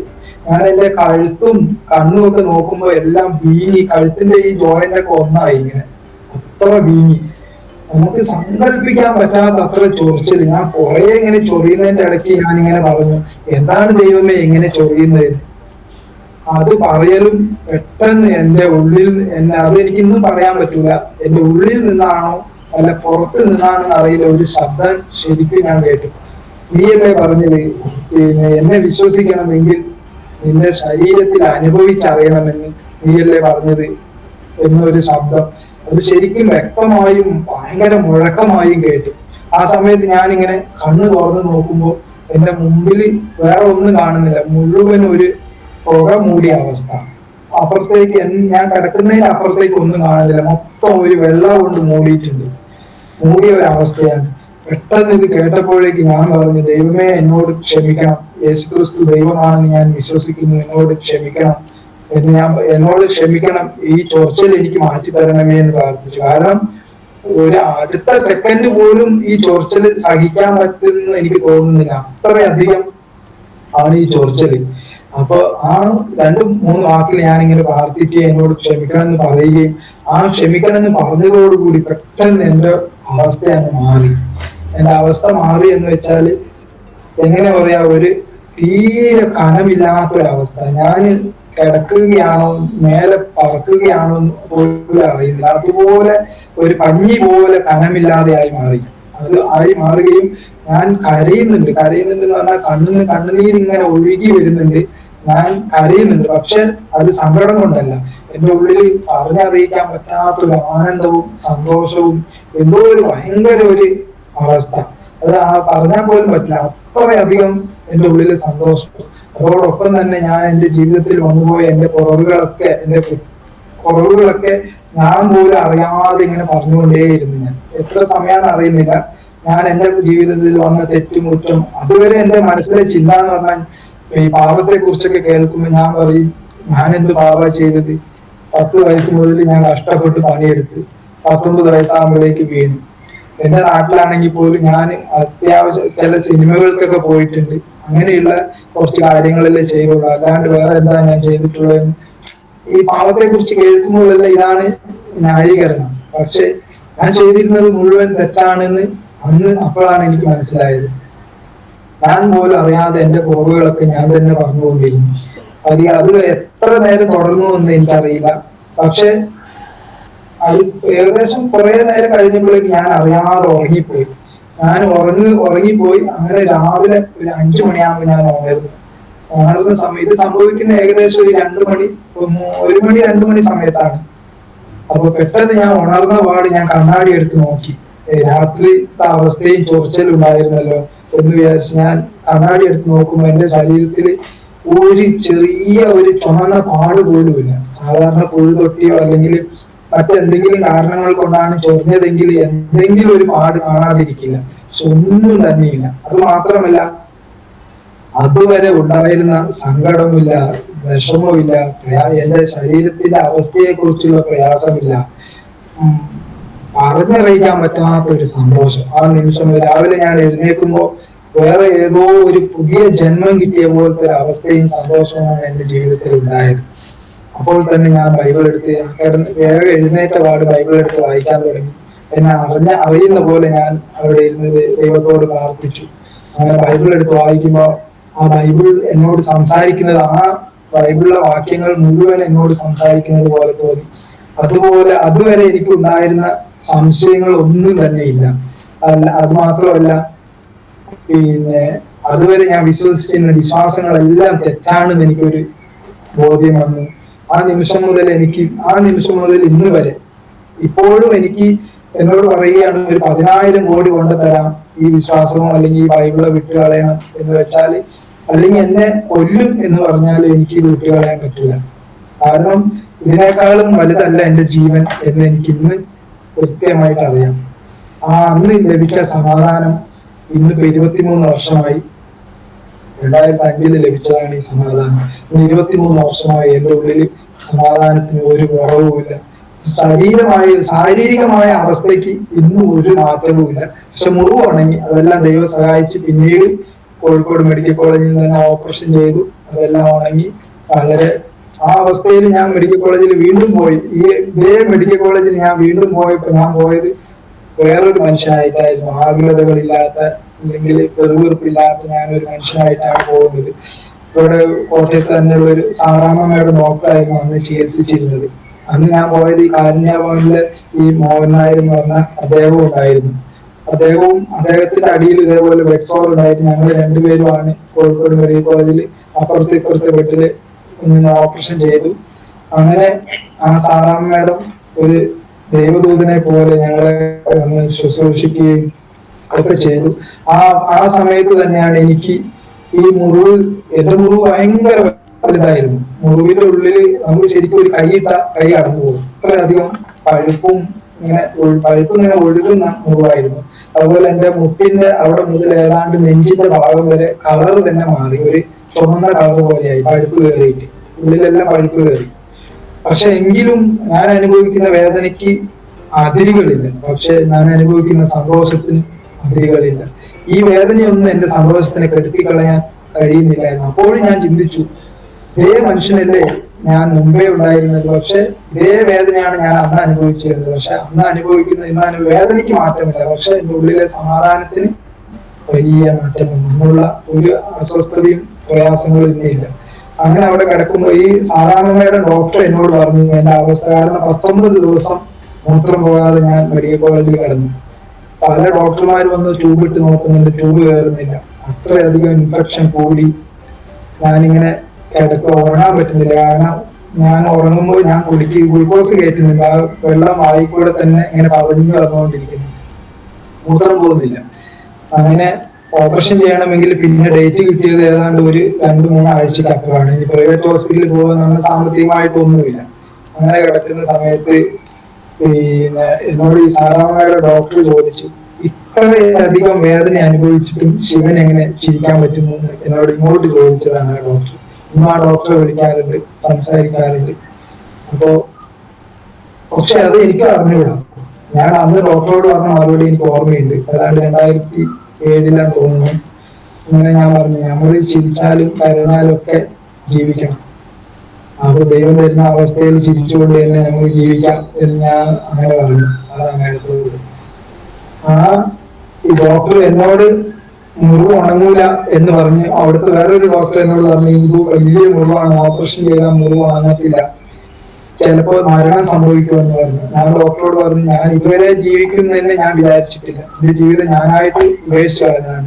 എന്നിട്ടും ദൈവം സഹായിച്ച് ഇന്ന് വരെ ഞാൻ ജീവിക്കുന്നു. ഇനി മരിച്ചു പോയാലും എനിക്ക് കുഴപ്പമില്ല എന്ന് ഞാൻ ഡോക്ടറോട് പറഞ്ഞു. അങ്ങനെ ഓപ്പറേഷൻ ചെയ്ത്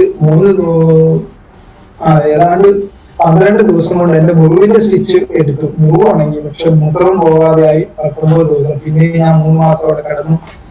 ഇത് ഈ മുറിവ് ഉണങ്ങൂലാന്ന് എന്നോട് ദേഷ്യത്തോടെ, അല്ലെങ്കിൽ പിന്നെ ഇത്രയും ദേഷ്യത്തോടെ പറഞ്ഞ അതേ ഡോക്ടർ തന്നെ ഞാൻ ഇങ്ങോട്ട് വരുന്ന സമയത്ത് മരുന്ന് മേടിക്കാൻ പൈസ ഇല്ലാന്ന് പറഞ്ഞിട്ട് 500 രൂപ എനിക്ക് തന്നു. കാരണം എന്റെ ഈ ക്ഷമയും സഹിഷ്ണുതയും ഇതെല്ലാം കണ്ടിട്ട് ഡോക്ടർ തന്നെ ഇങ്ങോട്ട് കൊണ്ട് തരികയാണ് ചെയ്തത്. പക്ഷെ അതൊന്നും എനിക്കറിയില്ല. എന്നെ ദൈവം സഹായിക്കുന്നത് കൊണ്ടാണ് എനിക്ക് ആ രീതിയിലെങ്കിലും ഇന്നും ഞാൻ ജീവിക്കുന്നത്. ആ ദൈവം എന്നെ സഹായിക്കുന്നത് കൊണ്ടാണ്.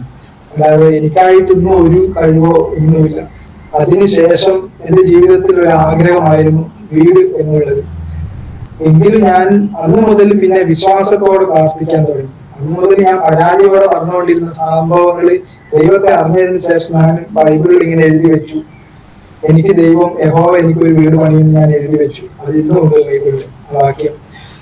അങ്ങനെ ഞാൻ അതിനുവേണ്ടി പ്രാർത്ഥിച്ചു കൊണ്ടിരുന്നു. അന്ന് എനിക്ക് ഒരു സാഹചര്യമോ ഒന്നുമില്ലായിരുന്നു. പക്ഷെ അതിനുശേഷം 2010 എനിക്ക് ചെറിയ ചെറിയ പൈസകളും അതൊക്കെ ചെറിയ ചെറിയ ജോലികൾ ഞാൻ ചെയ്യാൻ തുടങ്ങി. ഇരുന്നു കൊണ്ട് തന്നെ പേന ഉണ്ടാക്കാനും അല്ലെങ്കിൽ ചിരട്ട ഓടയൊക്കെ ഉപയോഗിച്ച് മോതിരങ്ങൾ ഉണ്ടാക്കാൻ, അങ്ങനെ ഞാൻ പഠിച്ച സംഭവങ്ങൾ വെച്ച് ചെറിയ ചെറിയ കാര്യങ്ങൾ ചെയ്ത് അങ്ങനെ സ്വരുക്കൂട്ടി വെച്ച ഒരു പൈസ ഉണ്ടായിരുന്നു, ഒരു 90,000 രൂപ. അതുകൊണ്ട് ഞാൻ അവിടെ വണ്ടി ഒന്നും കടന്നു ചെല്ലാത്ത ഒരു വയലിൽ ഒരു സ്ഥലം 4 സെന്റ് ഞാൻ മേടിച്ചു. ഞാൻ 3 സെന്റാ ചോദിച്ചത്, അയാൾ 4 സെന്റ് ചോദിച്ചു. അയാൾ 5 സെന്റ് തന്നു. എന്റെ ഒരു സുഹൃത്തായ ഒരാൾ 1 സെന്റ് ഫ്രീ തന്നു. അങ്ങനെ അവിടെ സ്ഥലം മേടിച്ചു. അന്ന് വണ്ടി ഒന്നും കടന്നു പോകില്ല. എങ്കിലും ഞാൻ വിശ്വാസത്തോടെ, എനിക്ക് ആ പൈസക്ക് അന്ന് അവിടെ മേടിക്കാൻ പറ്റിയിരുന്നുള്ളൂ. 2010 ഞാൻ പിന്നെ അവിടെ 5 സെന്റ് സ്ഥലം മേടിച്ചു. പിന്നെ അവിടുത്തെ ചായത്തോട്ടത്തിൻ്റെതായിരുന്നു വഴി. ചായത്തോട്ടത്തിൽ അപേക്ഷ കൊടുത്തു. വീണ്ടും ഞാൻ 2 വർഷം കാത്തിരുന്നു. 2 വർഷം കൊണ്ട് അവര് വഴി തരാൻ വേണ്ടി പലരും പറഞ്ഞു, പിന്നെ JCB വിളിച്ച് അങ്ങ് വെട്ടാൻ, പിന്നെ വഴി വെട്ടാൻ ആരും ഒന്നും പറയൂല എന്നൊക്കെ എന്റെ സുഹൃത്തുക്കൾ പറഞ്ഞു. പക്ഷെ ഞാൻ പറഞ്ഞു അതൊന്നും വേണ്ട, അപേക്ഷ കൊടുത്തിട്ട് അവര് പറയുന്ന ആ ദിവസം വരെ ഞാൻ കാത്തിരുന്നു, അവർ അനുമതി തരുന്നവരെ. അനുമതി തന്നതിന് ശേഷം അവിടെ റോഡ് വെട്ടി. അതിനുശേഷം വീണ്ടും ഞാൻ പഞ്ചായത്തിൽ അപേക്ഷ കൊടുത്ത് വീടിന് വേണ്ടി കാത്തിരുന്നു. പിന്നെ അങ്ങനെ വീട് എനിക്ക് പഞ്ചായത്തിൽ നിന്ന് 2017 എനിക്ക് വീട് പാസ്സായി. വീട് പാസ്സായത് ഒരു 4 ലക്ഷം രൂപ കണ്ടും അതിന് വീട്ടിന് കിട്ടി. പക്ഷെ അതിനുശേഷം ആ സമയത്ത് തന്നെ എനിക്ക് കണ്ണൂർ ജില്ലയിൽ തന്നെ ഞാനിങ്ങനെ അതോടൊപ്പം തന്നെ ഞാൻ സ്വയം തൊഴിൽ അങ്ങനെയുള്ള കാര്യങ്ങളൊക്കെ ചെയ്യുമായിരുന്നു. അപ്പോഴേക്ക് ഞാൻ 2010 ദൈവം സഹായിച്ച് എനിക്കൊരു 3 വീലർ സ്കൂട്ടർ കിട്ടി. ഒരു വേൾഡ് വിഷൻ എന്ന് പറഞ്ഞൊരു സംഘടന ഒരു 3 വീലർ സ്കൂട്ടർ തന്നു. ആ 3 വീലർ സ്കൂട്ടറിൽ പുറത്തു പോകാനും അങ്ങനെയുള്ള കാര്യങ്ങളൊക്കെ ചെയ്യാൻ തുടങ്ങി. അപ്പോൾ തന്നെ ഞാൻ കാരുണ്യഭവനിൽ വന്നിട്ട് ഏകദേശം 10 വർഷത്തോളം ആയിട്ടുണ്ടായിരുന്നു. പിന്നെ 10 വർഷം ആകുമ്പോഴേക്കും കാരുണ്യഭവന്റെ കാര്യങ്ങളിൽ ഞാൻ ഇടപെടാൻ തുടങ്ങി. അവിടെയുള്ള രോഗികളെ ശുശ്രൂഷിക്കാനും, എന്നെ കൂടാതെ അവിടെ അന്ന് 10-15 രോഗികൾ വേറെ ഉണ്ടായിരുന്നു. അവരെ ശുശ്രൂഷിക്കാനും വീൽ ചെയറിൽ ഇരുന്നുകൊണ്ട് തന്നെ അങ്ങനെയുള്ള കാര്യങ്ങളിലൊക്കെ ഇടപെടാൻ തുടങ്ങി. പിന്നെ അതുപോലെ എന്നെ പോലെ തന്നെ കഷ്ടപ്പെടുന്നവർക്ക് ഞാൻ പോയി ഇങ്ങനെ കൊട അങ്ങനെയുള്ള കാര്യങ്ങളൊക്കെ ഞാൻ പിന്നെ എനിക്ക് ചെയ്യാവുന്ന ഞാൻ ചെയ്യുന്ന സ്വയം തൊഴിൽ മറ്റുള്ളവരെ പഠിപ്പിക്കാനൊക്കെ തുടങ്ങി. അങ്ങനെ പഠിപ്പിക്കുന്നതിന്റെ ഇടയ്ക്ക് എന്നെ പഞ്ചായത്തിൽ നിന്ന് എന്റെ ഈ പ്രവർത്തനം കണ്ടിട്ട് അവർ വന്ന് എന്നെ വിളിച്ച് അവരുടെ ബഡ്സ് സ്പെഷ്യൽ സ്കൂളിൽ, പഞ്ചായത്തിന് കീഴിൽ പ്രവർത്തിക്കുന്ന ബഡ്സ് സ്പെഷ്യൽ സ്കൂളിൽ അവര് ഇങ്ങനെ ഡെയിലി വേജസ് അവസ്ഥയിൽ ജോലി തന്നു. അങ്ങനെ 6 വർഷത്തോളം ഞാൻ ജോലി ചെയ്തു. ആ ജോലി ചെയ്യുന്നതിന്റെ ഇടയ്ക്ക് എനിക്ക് ഈ വീട് വീടിന്റെ പണിയൊക്കെ ചെയ്യാൻ പറ്റി. ഇന്ന് വീട് അവിടെ വയനാട്ടിലുണ്ട്. ഈ പ്രവർത്തനത്തിൽ കൂടെ ആണ് ഇപ്പൊ ഞാൻ കടന്നു പോകുന്നത്. ഈ ഞാൻ വിശ്വാസത്തിലേക്ക് വന്നതിന് ശേഷം പിന്നെ ഈ ബൈബിൾ വായിച്ചു. പിന്നെ ഇങ്ങനെ മുമ്പോട്ട് പോകുമ്പോൾ തന്നെ എൻ്റെ ഉള്ളിലൊരു ഇത് വന്നു. കാരണം ബൈബിൾ പറയുന്നതാണ്, അല്ലെങ്കിൽ ദൈവം പറയുന്നതാണ് വിശ്വാസ സ്നാനം എന്ന് എനിക്ക് മനസ്സിലായി. കാരണം കർത്താവ് പോലും, കർത്താവിന് ഒരിക്കലും സ്നാനപ്പെടേണ്ട ഒരു ആവശ്യകത ഇല്ലായിരുന്നു. പക്ഷെ എങ്കിലും കർത്താവ് വന്ന് യോഹന്നാന്റെ കീഴിൽ സ്നാനപ്പെട്ടു. ആ ഭാഗം വായിച്ചപ്പോൾ എനിക്ക് തോന്നി, കർത്താവ് ഇങ്ങനെ ചെയ്തെങ്കിൽ, നീതിമാനായ കർത്താവിൽ ഒരു പാപവും ഇല്ലായിരുന്നു, പക്ഷെ കർത്താവ് അങ്ങനെ ചെയ്തെങ്കിൽ അതും എനിക്കും അത് അത്യാവശ്യമാണ്, അല്ലെങ്കിൽ ഞാനത് സ്നാനപ്പെടണം എന്നുള്ള ഒരു ചിന്താഗതിയിലെത്തി.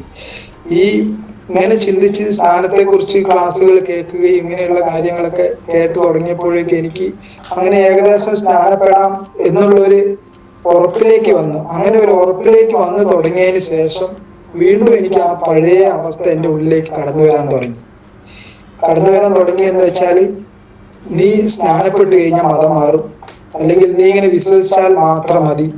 എൻ്റെ ഉള്ളിൽ നിന്ന് എന്നെ മറ്റാരോ പറയുന്ന പോലെ എനിക്കിങ്ങനെ തോന്നുന്നു, നീ വിശ്വസിച്ചാൽ മതി, നീ സ്നാനപ്പെടേണ്ട ആവശ്യമില്ല, സ്നാനപ്പെട്ടാൽ നീ മതം മാറും എന്നുള്ളൊരു ചിന്ത വരാൻ തുടങ്ങി. അപ്പൊ വീണ്ടും എനിക്കിത് തോന്നി.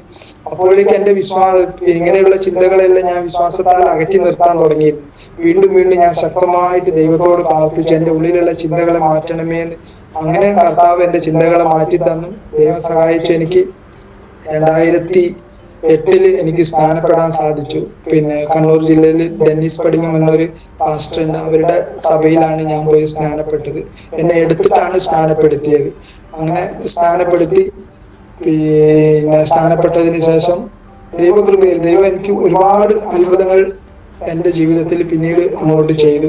ചെറിയ ചെറിയ കാര്യങ്ങൾക്ക് പോലും ഞാൻ ദൈവത്തെ ആശ്രയിക്കുമായിരുന്നു. അതിനുശേഷം ഞാൻ ഈ സ്കൂട്ടർ ഓടിച്ചാണ് വയനാട്ടിലേക്ക്, എൻ്റെ വീട്ടിലേക്ക് പോകും, തിരിച്ചു വരും. ഏതാണ്ട് 130 കിലോമീറ്റർ ഉണ്ട്. ഞാൻ ഒറ്റയ്ക്ക് തന്നെയാണ് പോയിരുന്നതും വന്നിരുന്നതെല്ലാം. പക്ഷെ അവിടെ എല്ലാം ദൈവം എന്നെ എവിടെയും എല്ലാം സഹായിക്കും.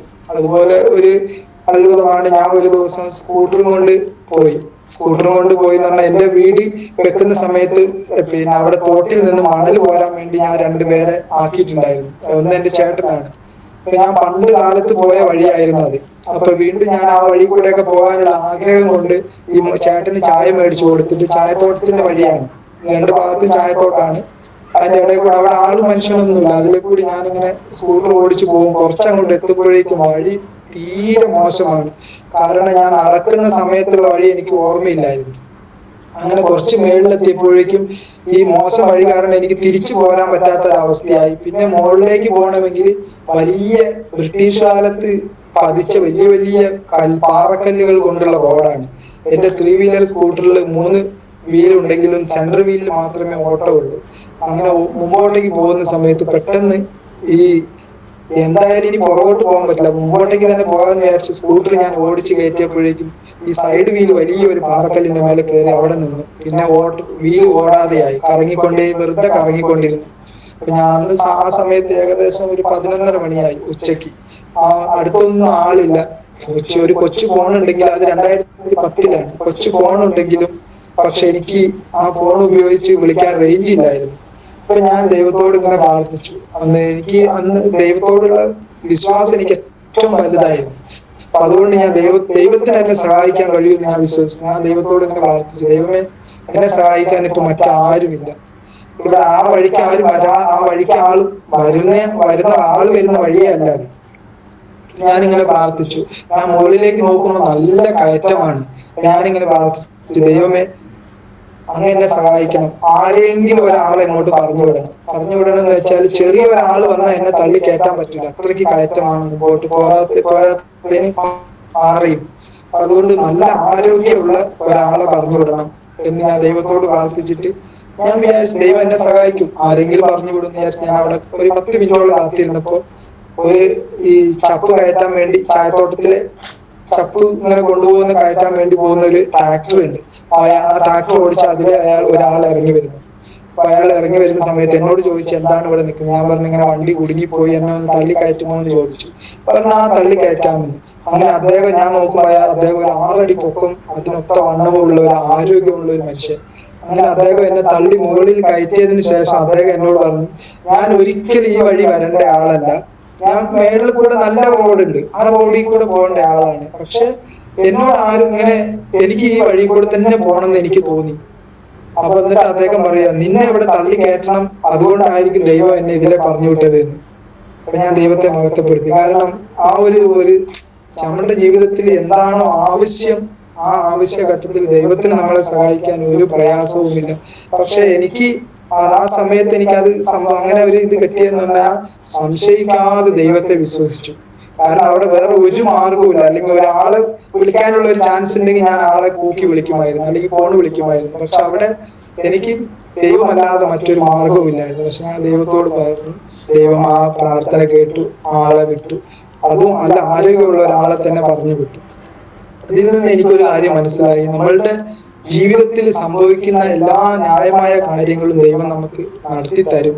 ഇതിന്റെ എല്ലാം പിൻപിൽ പ്രവർത്തിക്കുന്നതും ദൈവമാണ്. പക്ഷെ നമ്മൾ ചെയ്യുന്ന ഒരു പ്രവർത്തനം എന്ന് പറഞ്ഞാല് നമുക്ക് പറ്റുന്ന എല്ലാ കാര്യങ്ങളും നമ്മൾ ചെയ്യുകയും അതിന്റെ ക്രെഡിറ്റ് നമ്മൾ തന്നെ എടുക്കും. പക്ഷെ അതിന്റെ പിൻപിൽ നമ്മളെ സഹായിക്കുന്നത് ദൈവമായിരിക്കും. പക്ഷെ ദൈവത്തെ നമ്മൾ പുറകിലേക്ക് എറിഞ്ഞു കളയുന്നു.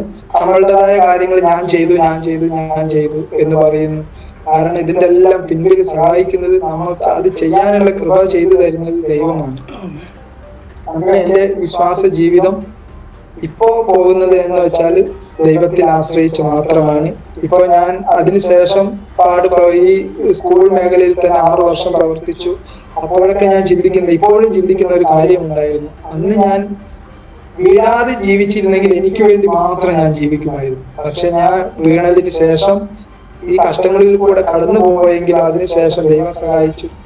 ഏതാണ്ട് എന്നെ പോലെ തന്നെ തളർന്ന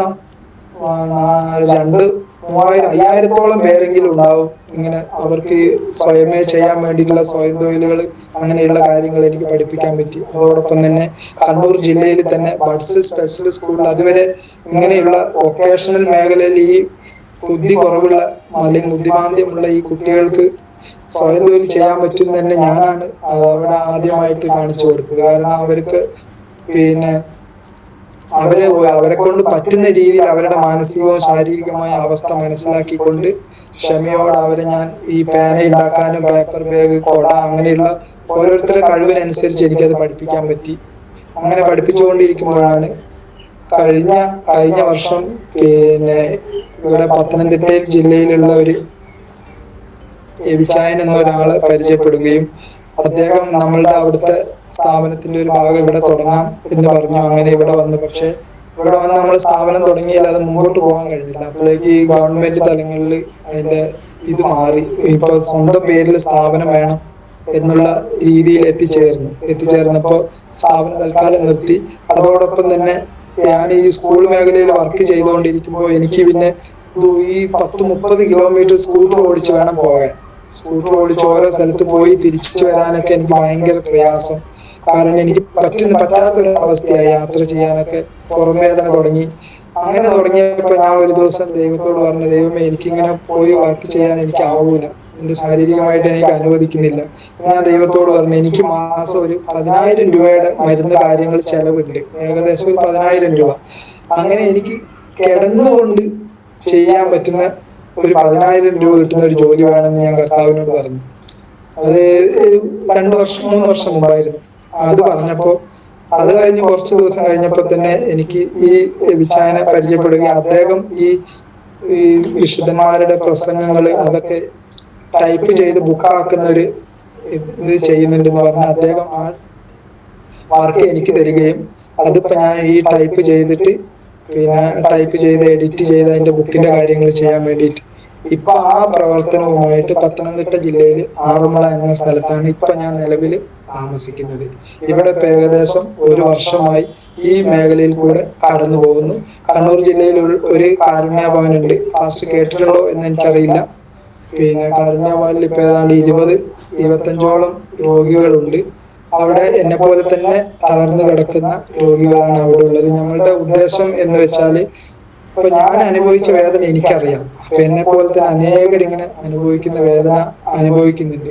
അവരെ കൊണ്ടുവന്ന് അവരെ ആദ്യം ശാരീരികമായിട്ടും അതോടൊപ്പം തന്നെ മാനസികമായിട്ടും അവരെ ഉത്തേജിപ്പിക്കുകയും അവരുടെ എല്ലാ കാര്യങ്ങളും, ബാത്റൂമിൽ പോകുന്ന കാര്യം മുതൽ എല്ലാ കാര്യങ്ങളും, കൈക്കൊങ്ങിലും ബലമുള്ളവരെ എല്ലാ കാര്യങ്ങളും സ്വയം ചെയ്യിക്കുക എന്നുള്ള ഉദ്ദേശത്തോടെയാണ് ആ സ്ഥാപനം പ്രവർത്തിച്ചു വരുന്നത്. അതോടൊപ്പം ജീവനുള്ള ദൈവത്തെയും കൂടി അവർക്ക് പരിചയപ്പെടുത്തി കൊടുക്കുക. അപ്പൊ അത് വിശ്വസിച്ചാൽ പിന്നുള്ള കാര്യം ദൈവം അവരെ മുമ്പോട്ടേക്ക് നടത്തും. കാരണം ഈ ഭൂമിയിൽ നമ്മൾ എന്തെല്ലാം അനുഭവിച്ചാലും എങ്ങനെയെല്ലാം ജീവിച്ചാലും ഒരു ദിവസം മരിക്കും. പക്ഷെ മരിക്കുമ്പോൾ മരിക്കാത്ത ഒന്നുണ്ട്, നമ്മളുടെ ആത്മാവ്.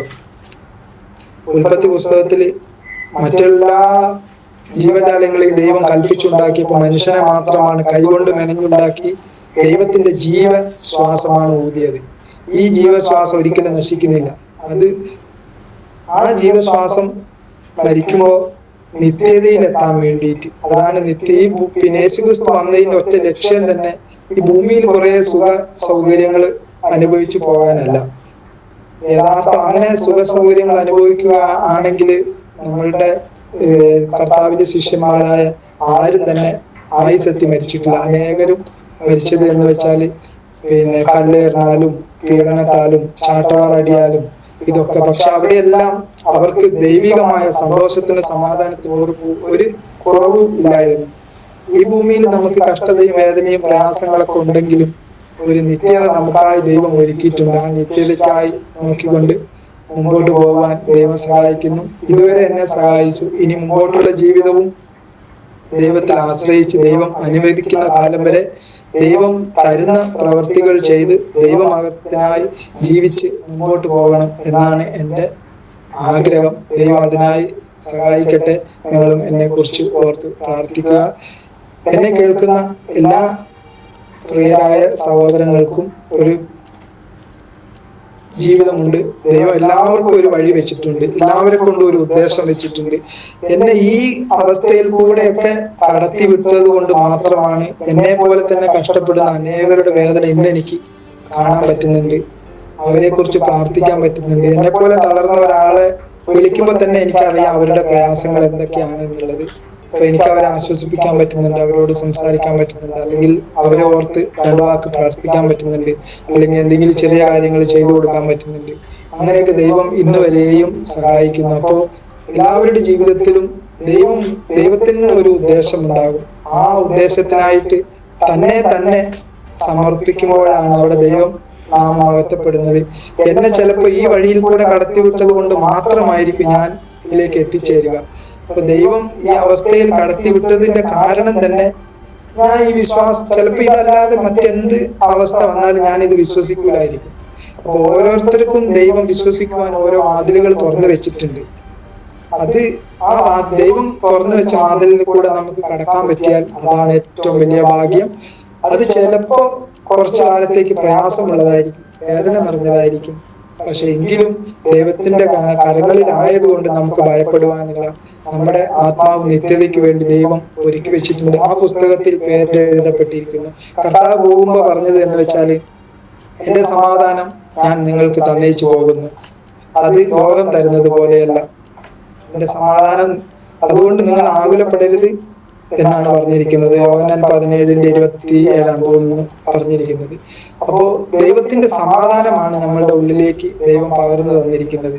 ഈ ഭൂമിയിൽ നമുക്ക് ജീവിക്കാൻ ആ സമാധാനമാണ്. അതോടുകൂടി അന്നു വേണ്ടുന്നത് ദൈവം നമുക്കായിട്ട് ഒരുക്കി വെച്ചിരിക്കുന്നു. നമുക്ക് ആകുലപ്പെടേണ്ട ഒരു അവസ്ഥയുമില്ല. നമ്മൾ ഇന്ന് ജീവിക്കണം എന്നുള്ളത് ദൈവത്തിന്റെ ഉദ്ദേശമാണെങ്കിൽ അതിനു വേണ്ടുന്ന വഴി ദൈവം ഒരുക്കിയിട്ടുണ്ടാകും. ദൈവനാമം മഹത്വപ്പെടുമാറാകട്ടെ. ഓക്കെ, ഇപ്പൊ ഇവിടെ ആത്മീയ കൂട്ടായ്മയ്ക്കൊക്കെ കടന്നു പോകുന്നത്? ഇപ്പൊ ഞാൻ നമ്മളുടെ കണ്ണൂര് സ്ഥാപനത്തിൽ അവിടെ തന്നെ ആത്മീയ കൂട്ടായ്മയുണ്ട്. അല്ല, ശിവൻ എവിടെ കടന്നു പോകുന്നത്? ഇപ്പൊ ഞാൻ ഇവിടെ കടന്നു പോകുന്നത് ഇവിടെ തന്നെ ഉള്ള ഒരു IPC സഭയിലാണ് പോകുന്നത്. ആ ഇടയാറും, ഇപ്പൊ ഞാൻ താമസിക്കുന്നത് പത്തനംതിട്ട ജില്ലയിലുള്ള ഇടയാറന്മുള എന്ന സ്ഥലത്താണ്. അപ്പോ അവിടെ തന്നെ ഇതിന്റെ ഈ ഹോളിന്റെ നേരെ മുമ്പിൽ തന്നെ ഒരു IPC സഭയുണ്ട്. അവിടെ ആകുമ്പോൾ വീൽ ചെയർ കയറി പോകുന്ന ഒരു റാമ്പൊക്കെ ഉണ്ട്. ആ റാമ്പ് ഉള്ളത് കൊണ്ട് എനിക്ക് അവിടെ ആരാധനയ്ക്ക് പോകാൻ പറ്റും. ഓക്കെ. അവരാരെങ്കിലും കുട്ടികൾ വരും, അവര് തള്ളിക്കൊണ്ടുപോകും, ആരാധന കൂടി മടങ്ങി വരും. ഓക്കെ. പത്തനംതിട്ട ഇടയാറന്മുളയിലുള്ള IPCയുടെ ചർച്ചിലാണ് ഇപ്പോൾ കൂട്ടായ്മ ആചരിക്കുന്നത്. അതെ അതെ. ഓക്കെ. അതോടൊപ്പം തന്നെ ഞാനിങ്ങനെ ഇപ്പൊ കൈകൊണ്ട് ഓടിക്കുന്ന ഒരു കാറുണ്ട്. ആ കാർ ഓടിച്ച് ഞാൻ പുറത്ത് പോവുകയും വരികയും എല്ലാ കാര്യങ്ങളും ചെയ്യും. ഇപ്പൊ ഇവിടെ നിന്ന് വയനാട് വരെ എന്റെ വീട്ടിലേക്കൊക്കെ ഞാൻ കാർ ഓടിച്ച് തന്നെ പോവുക, 10-12 മണിക്കൂർ. Price the Lord. അതെങ്ങനെ, ഈ കാർ കമ്പനി മാനുഫാക്ചർ ചെയ്തതാണോ നമ്മൾ തന്നെ ചെയ്തതാണോ? അത് നമ്മൾ തന്നെ ചെയ്തെന്ന് പറഞ്ഞാല് ഇവിടെ പിന്നെ നമ്മുടെ മലപ്പുറത്ത് ഒരു മുസ്തഫ എന്ന് പറഞ്ഞ ആളുണ്ട്. അയാള് ഇതേപോലെ തളർന്ന ആളാണ്. അയാളും അയാൾ ഇതേപോലെ അയാൾ തളർന്നുകൊണ്ട് അയാൾ കൈകൊണ്ട് ഇങ്ങനെ പിറ്റാക്കുന്ന ഒരു കാറ് കമ്പനി തന്നെ തുടങ്ങിയിട്ടുണ്ട് ചെറിയ രീതിയിൽ. അപ്പൊ അദ്ദേഹം ഓടിക്കുമ്പോൾ അതുപോലെ, പക്ഷെ ഗവൺമെന്റ് അംഗീകൃതമായ ഒരു സ്ഥാപനമാണ്.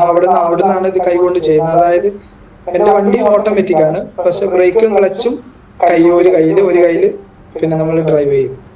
ഓക്കെ. ഇപ്പം ജീവിതം വളരെ സന്തോഷകരമായിട്ട് ദൈവം നടത്തിക്കൊണ്ട് പോകുന്നു. ജീവിതം സന്തോഷകരമായിരിക്കുന്നു. ആരോഗ്യപരമായിട്ട് പഴയതുപോലെയൊക്കെ തന്നെ വേദനകള്, പ്രയാസങ്ങള് എല്ലാം ഉണ്ട്. ഇപ്പോൾ കഴിഞ്ഞ ഒരാഴ്ച വരെ ഞാൻ ക്ഷീണത്തിലായിരുന്നു. യൂറിൻ ഇൻഫെക്ഷൻ വരും. ഇത് നെഞ്ചിനായ അതോടുകൂടെ നമ്മൾ ട്യൂബ് ഇട്ടിട്ടാണ് യൂറിനൊക്കെ എടുക്കുന്നത്. അപ്പൊ അതിന്റെ അണുബാധയൊക്കെ കയറുമ്പോൾ ഇൻഫെക്ഷൻ വരും. ഒരു 2 മാസം 3 മാസം കൂടുമ്പോൾ പ്രയാസങ്ങൾ ഉണ്ടാവും, പനി വരും, അതിന്റെ ഒപ്പം തന്നെ വേദന ഉണ്ടാവും. പിന്നെ ഞാൻ പറഞ്ഞില്ല, നമ്മളുടെ ശരീരത്തിന്റെ അവസ്ഥ എന്ന് പറഞ്ഞാൽ ശരിക്കും ഈ തീ തിളച്ച വെള്ളം അല്ലെങ്കിൽ തീയൊക്കെ പൊള്ളിയാലുള്ള ഒരു അവസ്ഥയുണ്ടല്ലോ, അതിന്റെ ഒരു 3 ഇരട്ടിയാണ് ഈ നെഞ്ചിന് താഴെ പൂർണ്ണമായിട്ടുള്ളൊരു അവസ്ഥ. അതിങ്ങനെ വിങ്ങൽ പോലെ ഉണ്ടാവും. അതൊരു വേദനയല്ല, അത് ഡോക്ടർ പറഞ്ഞത് അതൊരു അവസ്ഥയായിട്ട് മാറി എന്നാണ് പറഞ്ഞത്. പക്ഷെ കാഴ്ചക്കൊന്നുമില്ല, അതൊരു അവസ്ഥയാണ്. അത് ഓരോരുത്തർക്കും വ്യത്യസ്തമായ രീതിയിൽ അനുഭവപ്പെടും.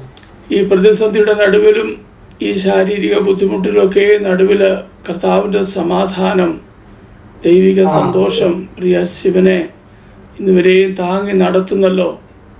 ശിവൻ ഓർപ്പിച്ചതുപോലെ ദൈവവചനത്തിൽ ഇങ്ങനെയാണ് വായിക്കുന്നത്: ഞാൻ എൻ്റെ സമാധാനം നിങ്ങൾക്ക് തന്നേച്ചു പോകുന്നു. അത് ലോകം തരുന്നത് പോലെയല്ല. ആ ദൈവിക സമാധാനത്തോടെ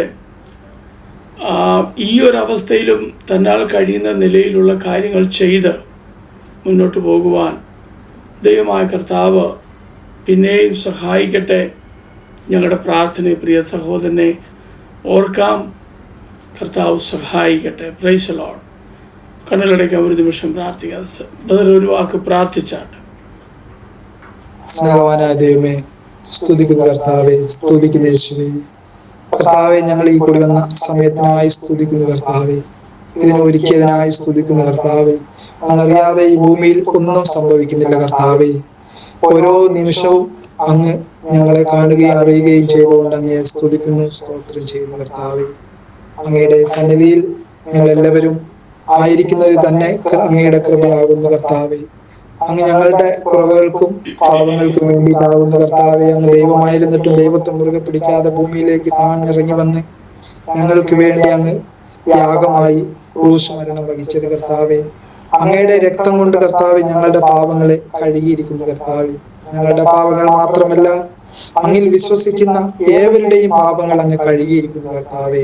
അതുകൊണ്ട് അങ്ങയെ വിശ്വസിച്ച് മുമ്പോട്ട് പോകുവാൻ അങ്ങ് സഹായിക്കണമേ എന്ന് പ്രാർത്ഥിക്കുന്നു കർത്താവെ. അതിനങ്ങ് കൃപ നൽകുന്ന ദൈവമാണെന്നെ സ്തുതിക്കുന്നു. ലോകമെമ്പാടും കർത്താവെ ജീവിക്കുന്ന, പാപത്തിലായിരിക്കുന്ന, അങ്ങേ അറിയാതെ അന്ധകാരത്തിലായിരിക്കുന്നവരെല്ലാം ഓർത്ത് പ്രാർത്ഥിക്കുന്നു കർത്താവെ. വാസ്തവമായ ദൈവിക വെളിച്ചം അങ്ങാണെന്ന് അറിഞ്ഞ കർത്താവെ, ആ വെളിച്ചത്തെ ഹൃദയത്തിൽ സ്വീകരിച്ച കർത്താവെ, ദൈവനാമ മഹത്വത്തിനായി ജീവിക്കുവാൻ തക്കവണ്ണം ഓരോരുത്തരെയും ഒരുക്കണമേ എന്ന് പ്രാർത്ഥിക്കുന്നു കർത്താവെ. ഒരിക്കൽ മരണവും പിന്നെ ന്യായവിധിയും എന്ന അങ്ങയുടെ വചനത്തിൽ അറിയുന്ന കർത്താവെ, ആ ന്യായവിധിയിൽ ഞങ്ങൾ അകപ്പെടാതെ വണ്ണം കർത്താവെ, ആ നിത്യതയോളം കർത്താവെ അങ്ങയെ മുറുകെ പിടിച്ച് മുമ്പോട്ട് പോകാൻ സഹായിക്കണമേ എന്ന് പ്രാർത്ഥിക്കുന്നു കർത്താവെ. ഇത്രത്തോളം സഹായിച്ച ദൈവം ഇനിയും അങ്ങ് സഹായിക്കുന്നതിനായി നന്ദി. സകല ദേശങ്ങളുടെ നാമത്തിൽ തന്നെ ആമേൻ, ആമേൻ, ആമേൻ, ആമേൻ. ഓക്കെ ബ്രദറെ, കർത്താവ് അനുഗ്രഹിക്കട്ടെ. പ്രാർത്ഥനയിൽ പരസ്പരം ഓർക്കാം.